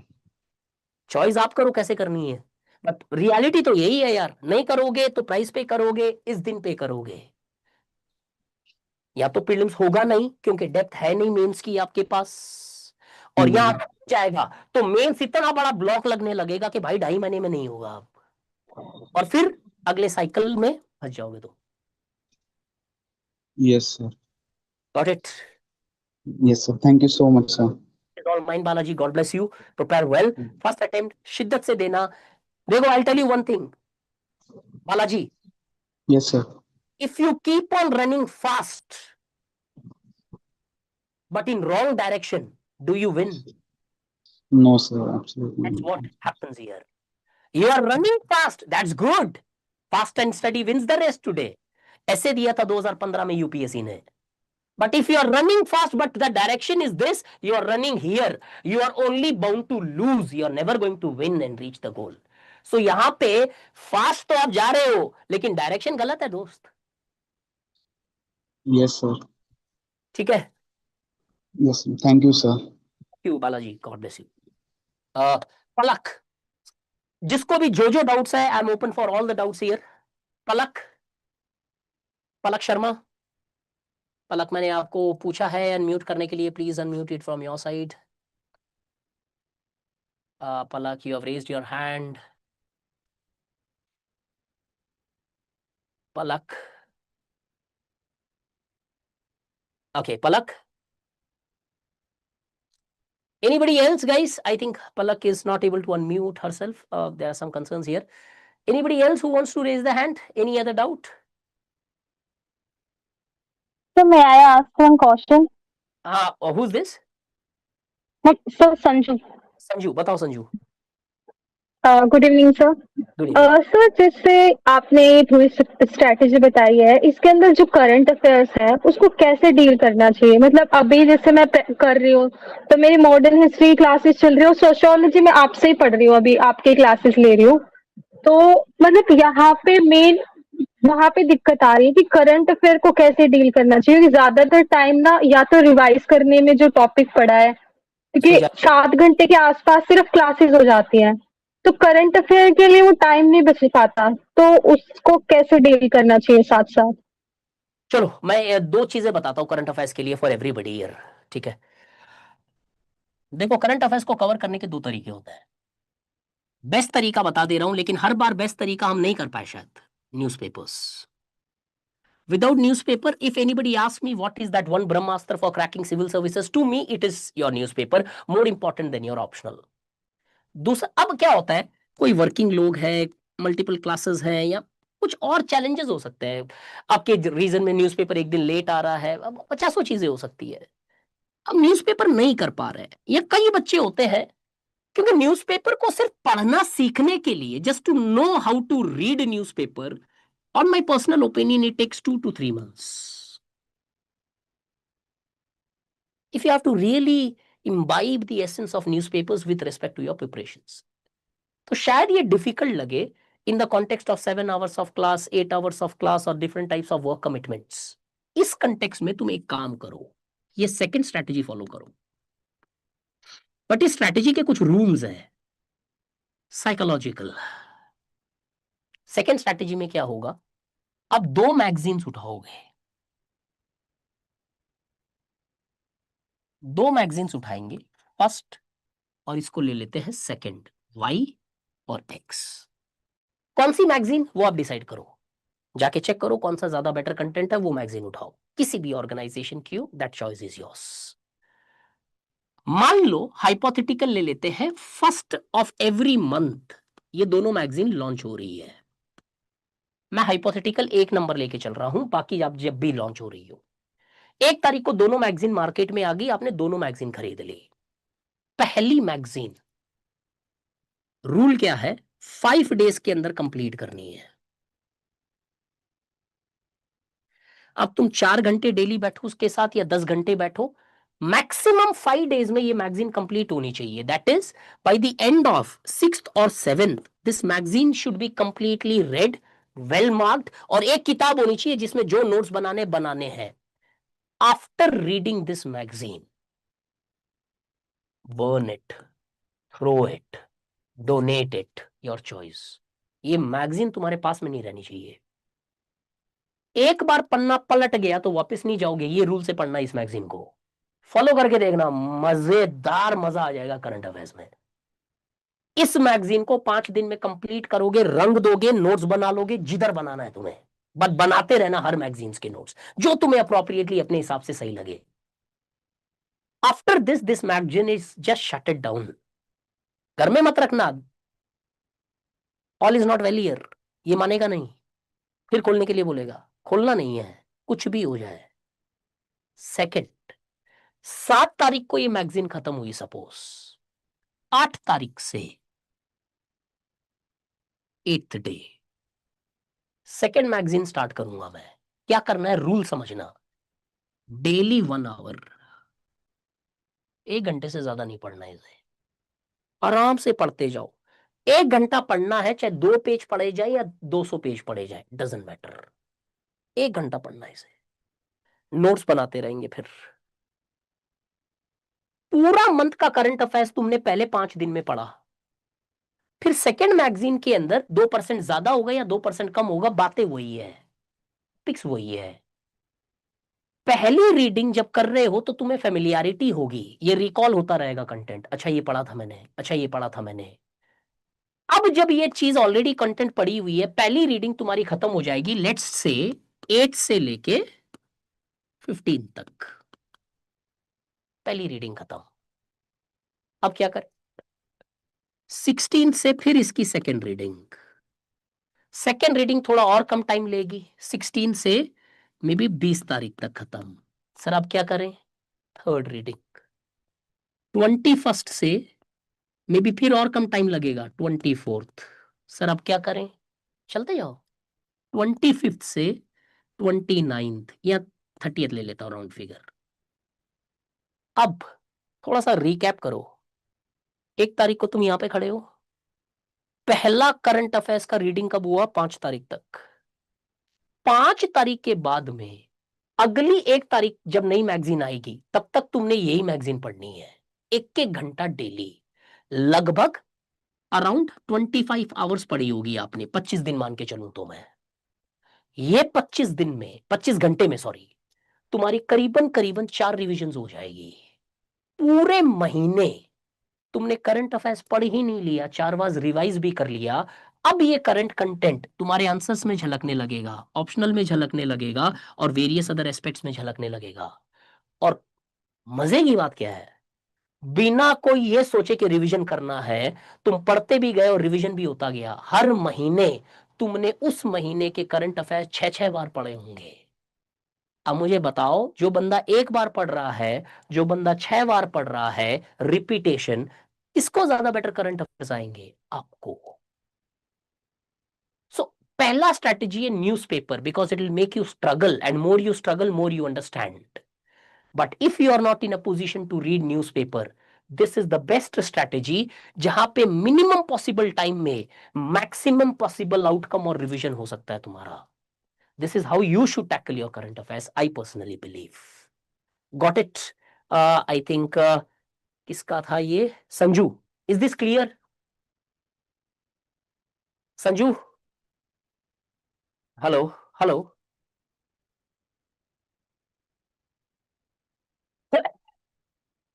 My doubt is related to consistency, man. Consistency is the matter of only discipline, nothing else, man. एक चीज समझ लो बहुत clearly, मैं आपकी consistency build नहीं करा सकता हूं। अब देखो, चलो ठीक है, फिर भी एक लॉ बता देता हूं। ऐसा माना जाता है कि आपका किसी भी काम के अंदर इन्वॉल्वमेंट डिपेंड करता है आपके इंटरेस्ट पे, जिसे कई लोग जॉय भी बोलते हैं फिलोसॉफिकली, आपके फीडबैक लूप के ऊपर। कई बार क्या होता है, पढ़ते रहते हैं लेकिन फीडबैक नहीं आ रहा, सही जा रहे हैं गलत जा रहे हैं, तो आदमी गिव अप करने लग जाता है। फीडबैक इमीडिएटली मिलने से आप इंटरेस्ट बनाए रखते हो अपना। और थर्ड, योर एनवायरमेंट। कई बार आपका एनवायरमेंट बहुत हावी हो जाता है आपके ऊपर, आसपास क्या क्या क्या नॉइज चल रहा है, कुछ ये हो रहा है, कोई प्रॉब्लम है, कोई कलेश है, कोई रूममेट का, कोई किसी का, कोई किसी का। Toxic relationships, toxic environment. अब मैं आपको सिर्फ इतना सजेस्ट कर सकता हूं, आई डोंट नो आप कंसिस्टेंट क्यों नहीं हो, लेकिन कंसिस्टेंट नहीं होने का रीजन इन तीनों में से एक जगह डेफिनेटली मिलेगा तुम्हें। Because it's not about lazy, lazy people would never choose UPSC preparations. अगर आपने चूज किया तो मैं लेजी तो नहीं मानूंगा आपको, बट यहाँ तीन में कुछ प्रॉब्लम आ रही है यार आपको। अब कहां पे है उसको फिगर आउट करके जब तक टैकल नहीं करोगे, आप कंसिस्टेंटली बैठ नहीं पाओगे यार। या फिर एक और रीजन हो सकता है, कई बार कंसिस्टेंसी इसलिए नहीं होती है क्योंकि वो मोर और लेस फीडबैक में है कनेक्टेड। कई बार आपको क्या लगता है कि आपको रिजल्ट नहीं मिल रहा इमीडिएटली, वो डोपामाइन नहीं मिल रही है उससे।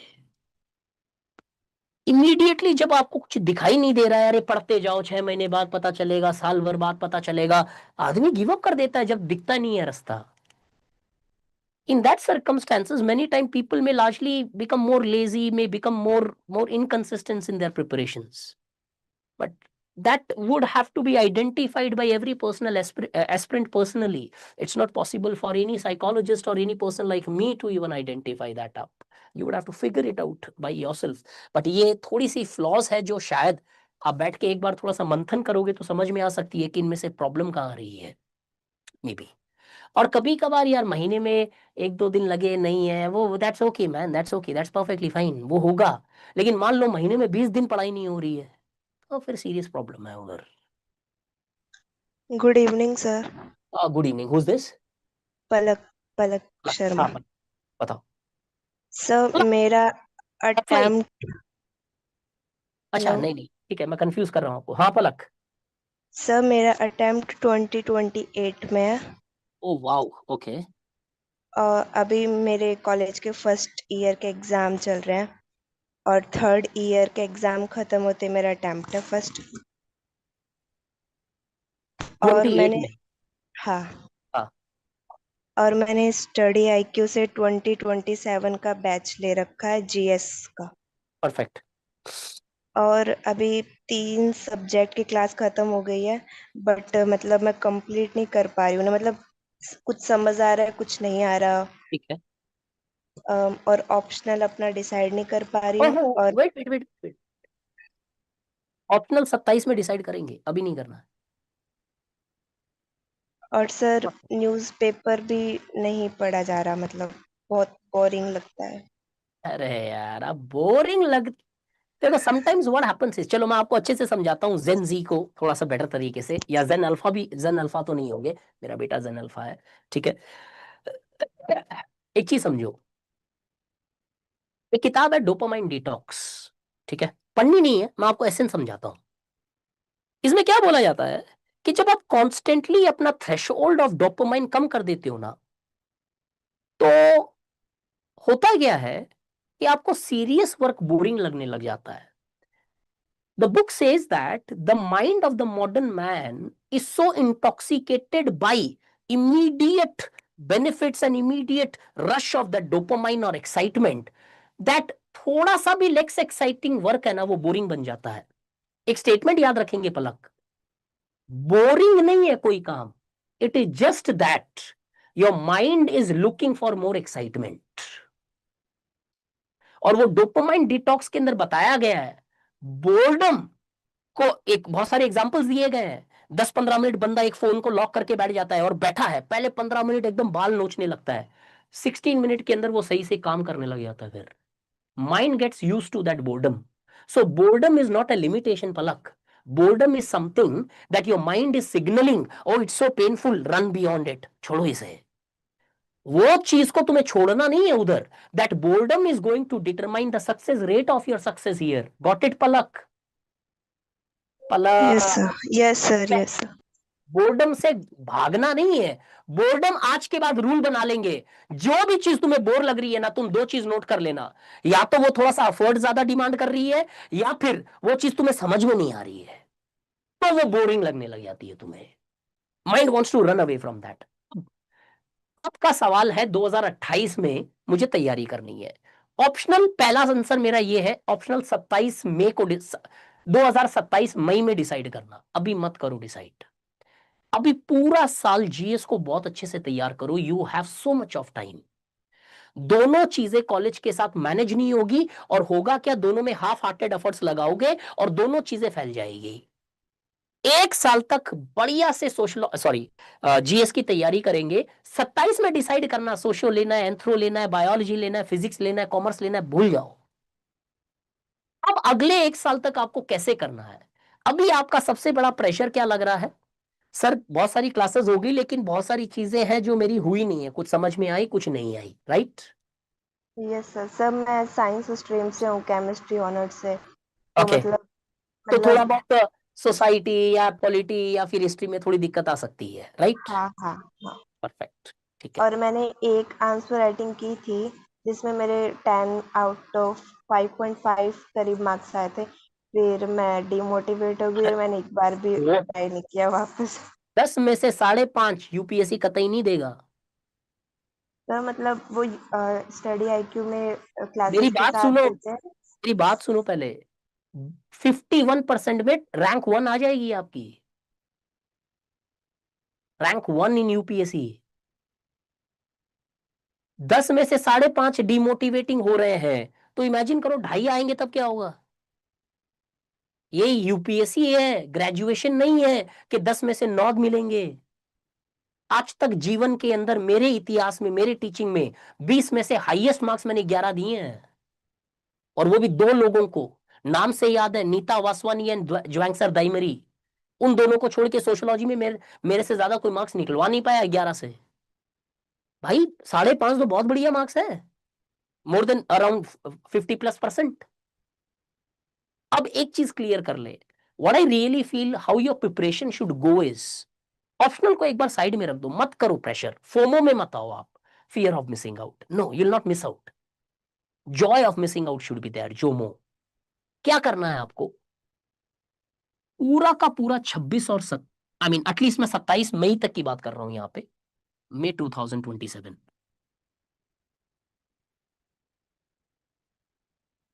तब तक तुम्हारा पूरा जीएस का बैच कंप्लीट हो जाएगा, राइट पलक? सर फैब में हो जाएगा। हाँ वही, मतलब तब तक तो हो ही जाएगा, फेब पहले ही हो जाएगा इनफैक्ट। पहली चीज एक रूल बना के चलना पलक, एज ए यंगर सिस्टर मैं आपको सजेस्ट कर रहा हूं, ये पहला रूल ये बनाएंगे, हर चीज पहली रीडिंग में नहीं समझ में आएगी तुम्हें, क्लास देखो, बार बार देखो चाहे, क्यों? तुम्हारे पास लैक्सिटी ऑफ टाइम है, you have lot of time. इस एक साल में मे टू मे लेके चल रहा हूं मैं, दैट कम्स टू रफली 365 डेज। एक जीएस फाउंडेशन का टोटल आवर्स होता है लगभग 950 घंटे या 900 घंटे, लगभग that comes to around 8 to 9 months।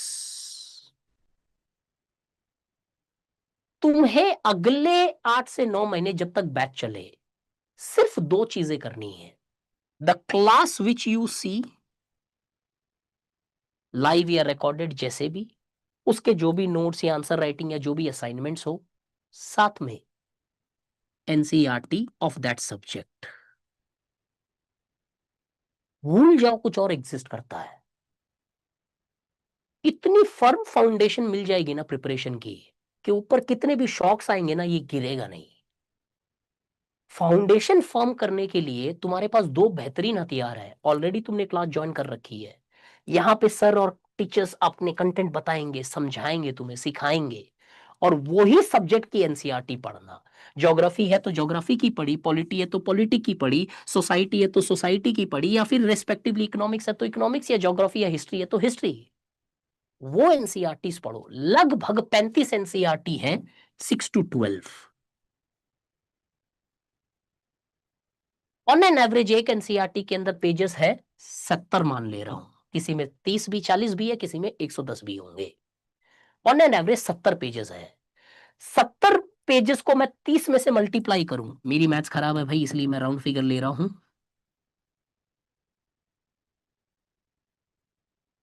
2100 plus 5 into 70, 350, which comes to around रफली 2500 पेजेस, मान लो रफली 2500 पेजेस है।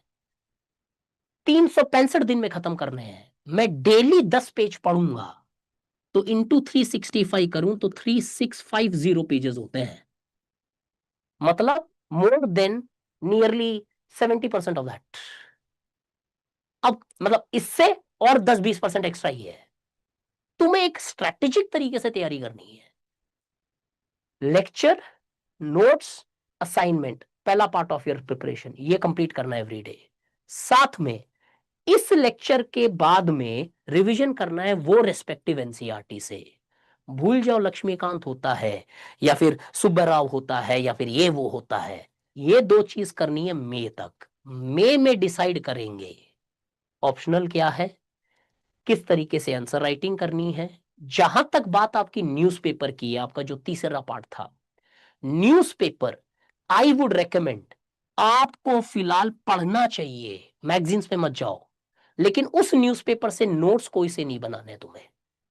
न्यूज़पेपर के नोट्स बनाने स्टार्ट करोगे प्रीलिम्स 2027 के बाद में, क्योंकि एक साल का करंट अफेयर्स का नोट्स बनाना चाहिए नॉर्मली। अभी एक साल आपके पास है ये आइडेंटिफाई करने के लिए कि न्यूज़पेपर को पढ़ा कैसे जाता है। सिलेबस कॉपी पास में रखो, न्यूज थोड़ा सा एनालाइज करो, try to connect it, connect हो रहा है तो ठीक, बट रिमेंबर हमेशा पढ़ते पढ़ते सीखते हो न्यूज़पेपर। मुझे किसी ने नहीं सिखाया था न्यूज़पेपर पढ़ना। मेरे जितने भी स्टूडेंट, मेरे मेरे जितने भी कलीग्स थे, हमको किसी ने क्लासेस नहीं होती थी हमारे टाइम न्यूज़पेपर की, और ये वीडियोस कहां से पॉसिबल ही नहीं है। 2J के टाइम की तैयारी थी मेरी, एफर्ट मारते गए, पढ़ते गए, और ये एफर्ट अभी 2027 वाले नहीं मार सकते हैं। टाइम ही नहीं होगा उतना, 3 महीने सीखने में निकल जाएगा। 28 वाला तो मार सकता है, 2.5-3 महीने में तुम्हें अपने आप रियलाइज हो जाएगा। Believe me, I promise on that, कि अच्छा इस तरीके से पढ़ना है, क्या रेलिवेंट है क्या इरेलीवेंट है। तो न्यूज़पेपर डेली, क्लासेस डेली, और सैटरडे संडे जो बचे वो टॉपिक से रिलेटेड एनसीईआरटीज पढ़ो। मेरी तरफ से I think this is a better strategy rather than getting involve in sociology भी, ऑप्शनल भी पढ़ो, ये भी पढ़ो। It's waste of time here, I don't believe in that. 27 में फिर आपका जीएस का बेस रेडी, आपने क्लास के असाइनमेंट्स किए होंगे तो आंसर राइटिंग्स भी डन है, एंड धीर एनसीईआरटीज आपने मल्टीपल टाइम्स कंप्लीट की होगी। अब पूरा साल आपको सिर्फ रिवीजन करना और एक आपका ऑप्शनल सेट करना है। ऑप्शनल को ठीक करने में 5 से 6 महीने लग जाते हैं, and you will be all set for this. Is this clear Palak? Sir मैं अभी लेक्चर अटेंड करती हूँ, मतलब लाइव नहीं हो पाता क्योंकि कॉलेज 8:30 से होती है, राइट, बट रिकॉर्डेड देखती हूँ और नोट्स भी साथ साथ में बनाती हूँ, समझ परफेक्ट। में भी आ जाता है। बट सर रिवीजन का टाइम नहीं मिलता, रिवीजन का टाइम नहीं मिलता, फिर मैं पूरा भूल जाती हूँ। और क्योंकि कॉलेज की सीजीपी भी मेंटेन करनी होती है, पापा बोलते हैं, तो फिर मतलब रिवीजन बिल्कुल नहीं हो रहा है। देखो एक चीज बताओ, 2028 वाला भी बोलेगा रिवीजन का टाइम नहीं मिल रहा है, तो मैं कैसे बताऊंगा बताओ? 2028 में देना पलक आपको एग्जाम, और अगर 26 में बैठ के हम इस चीज के ऊपर कॉन्शियस है, मैं रिवीजन का टाइम नहीं मिल रहा है मुझे। कॉलेज कितने घंटे है आपकी? 5 घंटे? सर मतलब फिक्स नहीं होता, डीयू कभी भी बुला लेता है, कभी भी। अरे कभी भी मतलब क्या, एक शेड्यूल तो होता होगा ना यार।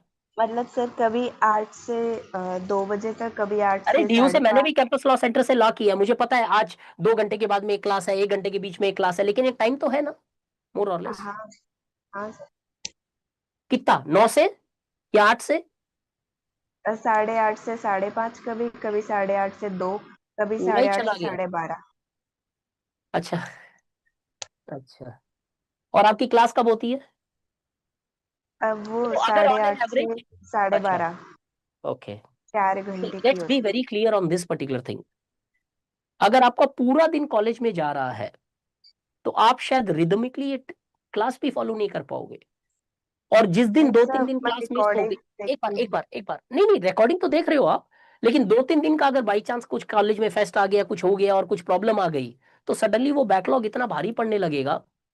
पलक, मैं फ्रैंकली बताऊं ना, मुझे लगता है कि प्रोसीजर्स में नहीं फोकस करना है तुम्हें right now. What I really feel, the tension और the thrust which is running in your mind is this, कि आपको चीजें कंप्लीट करने पे ज्यादा फोकस है।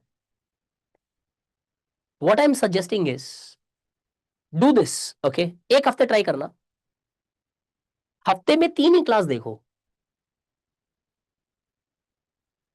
क्यों, ऐसे भी आप रिकॉर्डेड देख रहे हो, 3 क्लास भी देखोगे तो फेब का बैच कितना एक्सटेंड होगा, मई तक ही तो होगा ना, चलेगा। लेकिन वो 3 क्लास जो देखोगे, तसल्ली से तो देख पाओगे। मतलब मान लो आने के बाद 4 घंटे की क्लास को 2 घंटे देखा, कल 2 घंटे देखा, परसों 2 घंटे देखा, फिर 2 घंटे देखा। इससे क्या होगा, जो चीज आप पढ़ रहे हो ना, वो ज्यादा बेटर समझ में आएगी। थोड़ा सा पीछे भी रहोगे तो डजेंट मैटर। क्यों, 28 में देना है एग्जाम, ये मई की जगह अगस्त तक भी एक्सटेंड करेगा ना, तो मेरे लिए बहुत बड़ा चैलेंज नहीं है। क्यों, क्योंकि आपका बहुत अच्छा सा तैयारी हो गया होगा 1 साल में। अभी अगर जल्दीबाजी के अंदर तुमने फास्ट स्पीड करके क्लासेस देखी, तो ये पूरा 1 साल तुम्हारे हाथों से बिखर रहा है। रिवीजन के लिए सैटरडे संडे रखो, कि सैटरडे संडे मुझे सिर्फ रिवाइज करना है, मुझे लेक्चर्स देखने नहीं है। ये 5 दिन है जो मुझे करीबन 2.5 से 3 क्लासेस देखनी है। तो rather than seeing 5 classes in a week, start seeing 3 classes a week, और give those 2 days additionally to your revisions, because who would manage the time. अब अगर आप सिर्फ देखने में चले जाओगे, रिवीजन नहीं कर रहे हो, तो आप वहीं पे खड़े हो। तो वेन यू नो आपके पास टाइम नहीं है, तो मैं क्लासेस कम करूंगा। क्यों, क्योंकि आगे मेरे पास बहुत लंबा टाइम पड़ा है, तो मैं क्लासेस कम करने का एक फ्लेक्सिबिलिटी रख सकता हूं मेरे लिए। तो reduce the number of classes, maybe 2.5 to 3, and then bring those 2 days of revisions in the entire week. I think that would be a better policy which would work for you. Got it, Palak? Yes sir. I think ये इससे इसको छोड़ के कोई option नहीं है पलक। Dissatisfied हो या अच्छा लगे या बुरा लगे, बिकॉज 8 घंटे की अगर कॉलेज आ रही है तो फिर 4 घंटे की क्लासेस आप डेली नहीं देख पाओगे। नहीं सर, मैं आराम से टाइम निकाल लेती हूँ। मैं मतलब नहीं, बीच बीच। पलक पलक पलक, टाइम तो निकाल रहे हो, लेकिन वो टाइम के बाद में रिवीजन नहीं हो रहा है ना। सर कॉलेज रेगुलर थोड़ी ना होती है, मतलब 1-2 दिन होती है जो 8 घंटे हो जाती है पूरे हफ्ते में। बाकी 5 घंटे या 4 घंटे तो उधर मैनेज हो जाता आपका। हाँ, और तो गुड कभी इनफ। कभी तो क्लासेस के बीच में इतना गैप होता है, तो मतलब बीच में ही आ जाते हैं फिर। अच्छा, तो फिर आप, मतलब कहने का मतलब है मे बी 2 घंटे, 2 दिन है जो 8 घंटे हो रही है, बाकी दिन हाँ। अगर आपको टाइम मिल रहा है, तो फिर ये क्वेश्चन ही डिफीटेड है, फिर क्यों हमने इतना डिस्कस किया। yes। ठीक है, anybody else, shall I wind So it may up? I ask one more question? हाँ हाँ, बताओ कौन। सर संजू। हाँ बताओ संजू। सर जैसे मैंने नवंबर में P2I बैच लिया था स्टडी IQ का, तो उस टाइम पे मैंने क्लासेस लगानी शुरू करी थी, तो बेसिक जो था सर ने मतलब सारे सब्जेक्ट का बेसिक करवा दिया था। उसके बाद जैसे मई के अंदर मेरे फाइनल ईयर के एग्जाम्स थे, तो उसकी वजह से मैंने 2 महीने पहले मतलब थोड़ा छोड़ दिया था क्लासेस को। तो ओके उसके बीच उन्होंने जैसे साइंस एंड टेक ये वाला सब्जेक्ट और IRIS वाले सब्जेक्ट पे कवर करवा दिए हैं। अभी ठीक है मैंने फिर से स्टार्ट करी है क्लासेस, मॉडर्न हिस्ट्री क्लासेस चल रही हैं। ठीक है। और सर पॉलिटी का जो एडवांस लेवल था वो भी सर ने कवर करवा दिया, पर वो मुझे अभी आता नहीं है। मतलब मैंने नोट्स बनाए थे, पर रिवाइज ना करने की वजह से मुझे कुछ याद नहीं है उसका इतना। ठीक है। सोशियोलॉजी के अंदर विवेक सर हमें पहले पढ़ाते थे, तो उनका एकदम से बैच चेंज हो गया था, तो फिर उसमें भी मतलब आपके अब क्लासेस चलती हैं। राइट। तो आपने अभी जैसे पॉलिटी वाला शुरू करवा रखा है, वो अच्छे से समझ में आ रहा है, पर अभी जैसे मॉडर्न हिस्ट्री चल रही है, साथ साथ जो पॉलिटिक्स एंड सोसाइटी वाला चल रहा है, तो जो बीच में बैकलॉग हुआ था वो कवर नहीं हो पा रहा। तो इस टाइम पे मुझे कौन से सब्जेक्ट अभी अच्छे से पढ़ने चाहिए, कौन से छोड़ने चाहिए, समझ में नहीं आ रहा। लेट्स सी संजू, एक चीज समझते हैं। फॉर एग्जाम्पल, जैसे मेरे पे एग्जाम्पल लेके बता रहा हूँ, इसको अप्लाई करना अपने आप पे, ठीक है। जैसे मान लो अगर मैं यस आप और मुझे लगता जैसे मेरा टेक्नोलॉजी वीक है, ठीक है, मुझे साइंस एंड टेक में उतना मजा कभी नहीं आया। अब मान लो अगर मेरा साइंस एंड टेक लाइव चल रहा है, तो मैं पीछे वाले बैकलॉग को पोस्टपोन करके साइंस एंड टेक करूंगा। क्यों? जो चीज मेरी वीक है वो मैं लाइव में देखूंगा, टीचर से इंटरेक्ट करूंगा, तो बेहतर समझ में आएगा। अब आपके कंटेक्स्ट के अंदर जो सब्जेक्ट हो चुके हैं और जो चल रहा है, इसमें आपको पहला डिसीजन ये लेना है, दोनों एक साथ तो नहीं होगा, क्यों, सोशो भी चल रहा है और भी यस चीजें। इन दोनों के अंदर क्या जो प्रेजेंट में चल रहा है वो आपका वीक है, वीक पॉइंट है, या फियर का पॉइंट है, तो फिर इसको कवर करो। और मान लो जो अभी प्रेजेंट चल रहा है इकोनॉमिक्स, सर मेरा तो इकोनॉमिक्स बैकग्राउंड है, तो फिर वो हिस्ट्री वाला पार्ट कवर करो, because in that circumstances you are comfortable with economics. Suppose, समझ रहे हो ना, दिस इज हाइपोथेटिकल एग्जांपल। आप यस सर कि कौन सा वाला पार्ट मेरे को थोड़ा सा फियर देता है तैयारी में, if that is running live, join that live, and वो बैकलॉग फिर धीरे धीरे कवर करेंगे। लेकिन अगर आपको लग रहा है अभी जो चल रहा है अगले 20 दिन की जो क्लास है इकोलॉजी की, my ecology is all good enough, तो लेट्स कवर पॉलिटी और आईआर और may be something else which we have left or which you have not taken the classes live। ये कैलकुलेशन फिक्स मत करना, जो subject चल रहा है उसके हिसाब से इवैल्यूएट करो। आपको लग रहा है आपका वीकर सब्जेक्ट जो लाइव में आ रहा है, तो उसको अटेंड करोगे लाइव, नहीं तो बैकलॉग में जाओ। सर, इसमें जैसे मेरा इकोनॉमिक्स मैंने 12th में पढ़ा था, इकोनॉमिक्स का बेसिक मुझे आता है, तो इकोनॉमिक्स में मुझे इतनी ज्यादा दिक्कत नहीं होती। पॉलिटी के अंदर में भी इतना ज्यादा नहीं है, क्योंकि वो सर ने क्लासेस ली थी, तो थोड़ा बहुत ऐसे था नहीं कि मतलब पूरा नहीं आता, मतलब उसमें सिर्फ रिवीजन की जरूरत है। नो पर नो, जैसे मॉडर्न हिस्ट्री, एक मिनट, मैं ये नहीं पूछ रहा हूं कि दिक्कत किस में, अंडरस्टैंड संजू, प्रॉब्लम क्या आ रही है। आपको जहां लग रहा है कि मुझे ये समझाने से ही समझ में आएगा, वो लाइव लो, और आपको जो लग रहा है मैं पढ़ के समझ लूंगी अपने आप से, वो रिकॉर्डेड देखो। ये मैनेजमेंट की बात कर रहे हैं। अब मान लो जैसे हिस्ट्री आप बोल रहे थे, शायद आपको इंटरेस्ट नहीं है, या है? यस सर, नहीं है। अब हिस्ट्री आपको लाइव लेनी चाहिए, लेकिन मान लो हिस्ट्री हो गई है, तो आपके पास कोई ऑप्शन नहीं बचा फिर। सर पर हाँ बताओ। सर पर दिक्कत इसमें ये है कि जैसे पीटीवाई बैच का सिलेबस दिसंबर में जाके खत्म होगा, और हाँ, बीच में मतलब एक सब्जेक्ट खत्म हो रहा है, तो उसके बीच में गैप ही नहीं है, सेकंड सब्जेक्ट फिर से शुरू हो रहा है, और मेरे ह्यूमैनिटीज के सब्जेक्ट इतने अच्छे नहीं है, तो नहीं फिर इसीलिए थोड़ी ज्यादा दिक्कत हो रही है। नहीं कर पाओगे आप। और वो हर कोचिंग में वैसे ही फॉलो होता है, कहीं पे भी ब्रेक नहीं आता। वाजीराम 2 दिन का छुट्टी देता था, दैट इज 15 अगस्त और 26 जनवरी, पूरे साल क्लास चलती थी 9 महीने तक। अब यहां पे आपको अपने वीक पॉइंट वाले सब्जेक्ट्स आइडेंटिफाई करने हैं, उनको प्रायोरिटी में रखना है। अगर वो लाइव मिल रहा है तो पहली प्रायोरिटी उसको होगी। अगर वो ऑलरेडी चला गया है और लाइव में वो चल रहा है जो तुम्हारा स्ट्रॉन्ग पॉइंट है, तो वीक वाले पॉइंट को जाके रिकॉर्डिंग वाले पार्ट में देखो, so that you can mix match your priority strength. स्वॉट एनालिसिस आपको करना पड़ेगा कि जो स्ट्रेंथ है उसको हम थोड़ा सा पोस्टपोन कर सकते हैं, और जिसमें कॉन्फिडेंस कम है उसको जितना ज्यादा बेटर है, कोई समझाएगा तो ज्यादा बेटर समझ में आएगा। मैं होता तो this is what I would have followed. Okay sir. Sanju ठीक है, चलो I'll wind up the yes sir. class guys. Thank you so much for listening to me with such a high degree of humility. I bow to the godliness in all of you. Thank you. Any doubts? I hope I have taken most possibly all of the doubts here. Take care. God bless you all. Sir Peace. हाँ, hello hello. Sir sir नमस्ते, मैं अमन। अमन, हाँ बताओ। Sir मैं अभी actually मैं SSC के लिए प्रिपेयर कर रहा था, उसमें मेरे सिलेक्शन हो चुका है, तो अब मैं यूपीएससी की साइड आना चाह रहा हूँ। तो मैं 2028 के लिए देख रहा हूँ, तो सर कुछ किस तरह से मुझे तैयारी शुरू करनी चाहिए? अगर आपने तैयारी नहीं स्टार्ट की है 28 के लिए, अगर आपको देना है, मैं सीरियसली बताऊं, तो इस साल से लेके 2027 के मई तक, जैसे मैंने उसको भी बताया, आपको जीएस पढ़ना यस चाहिए, सर। सिर्फ जीएस, ऑप्शनल को ओके सर। सोचना भी नहीं। अब वो चाहे कोचिंग क्लास करके करो या एनसीईआरटी से सेल्फ स्टडी करके करो, वो आपका पर्सनल कप ऑफ टी होगा, बट एक ओके। साल जीएस को ना बहुत अच्छे से जाओ। एक थंब रूल हमेशा याद रखना, जो मेरे को बहुत काम आया था मेरी तैयारी में। The things on which you are fast today are the only thing, sorry, the things on which you are slow today are the only things upon which you can run tomorrow. बच्चे की सबसे बड़ी problem है, तैयारी fast से start करता है और आगे बढ़ते बढ़ते स्लो हो जाता है या पीक आउट हो जाता है। धीरे चलोगे तो 24 मई से पहले तो दुनिया में कोई भी तुम्हारा प्रीलिम्स ले ही नहीं सकता है।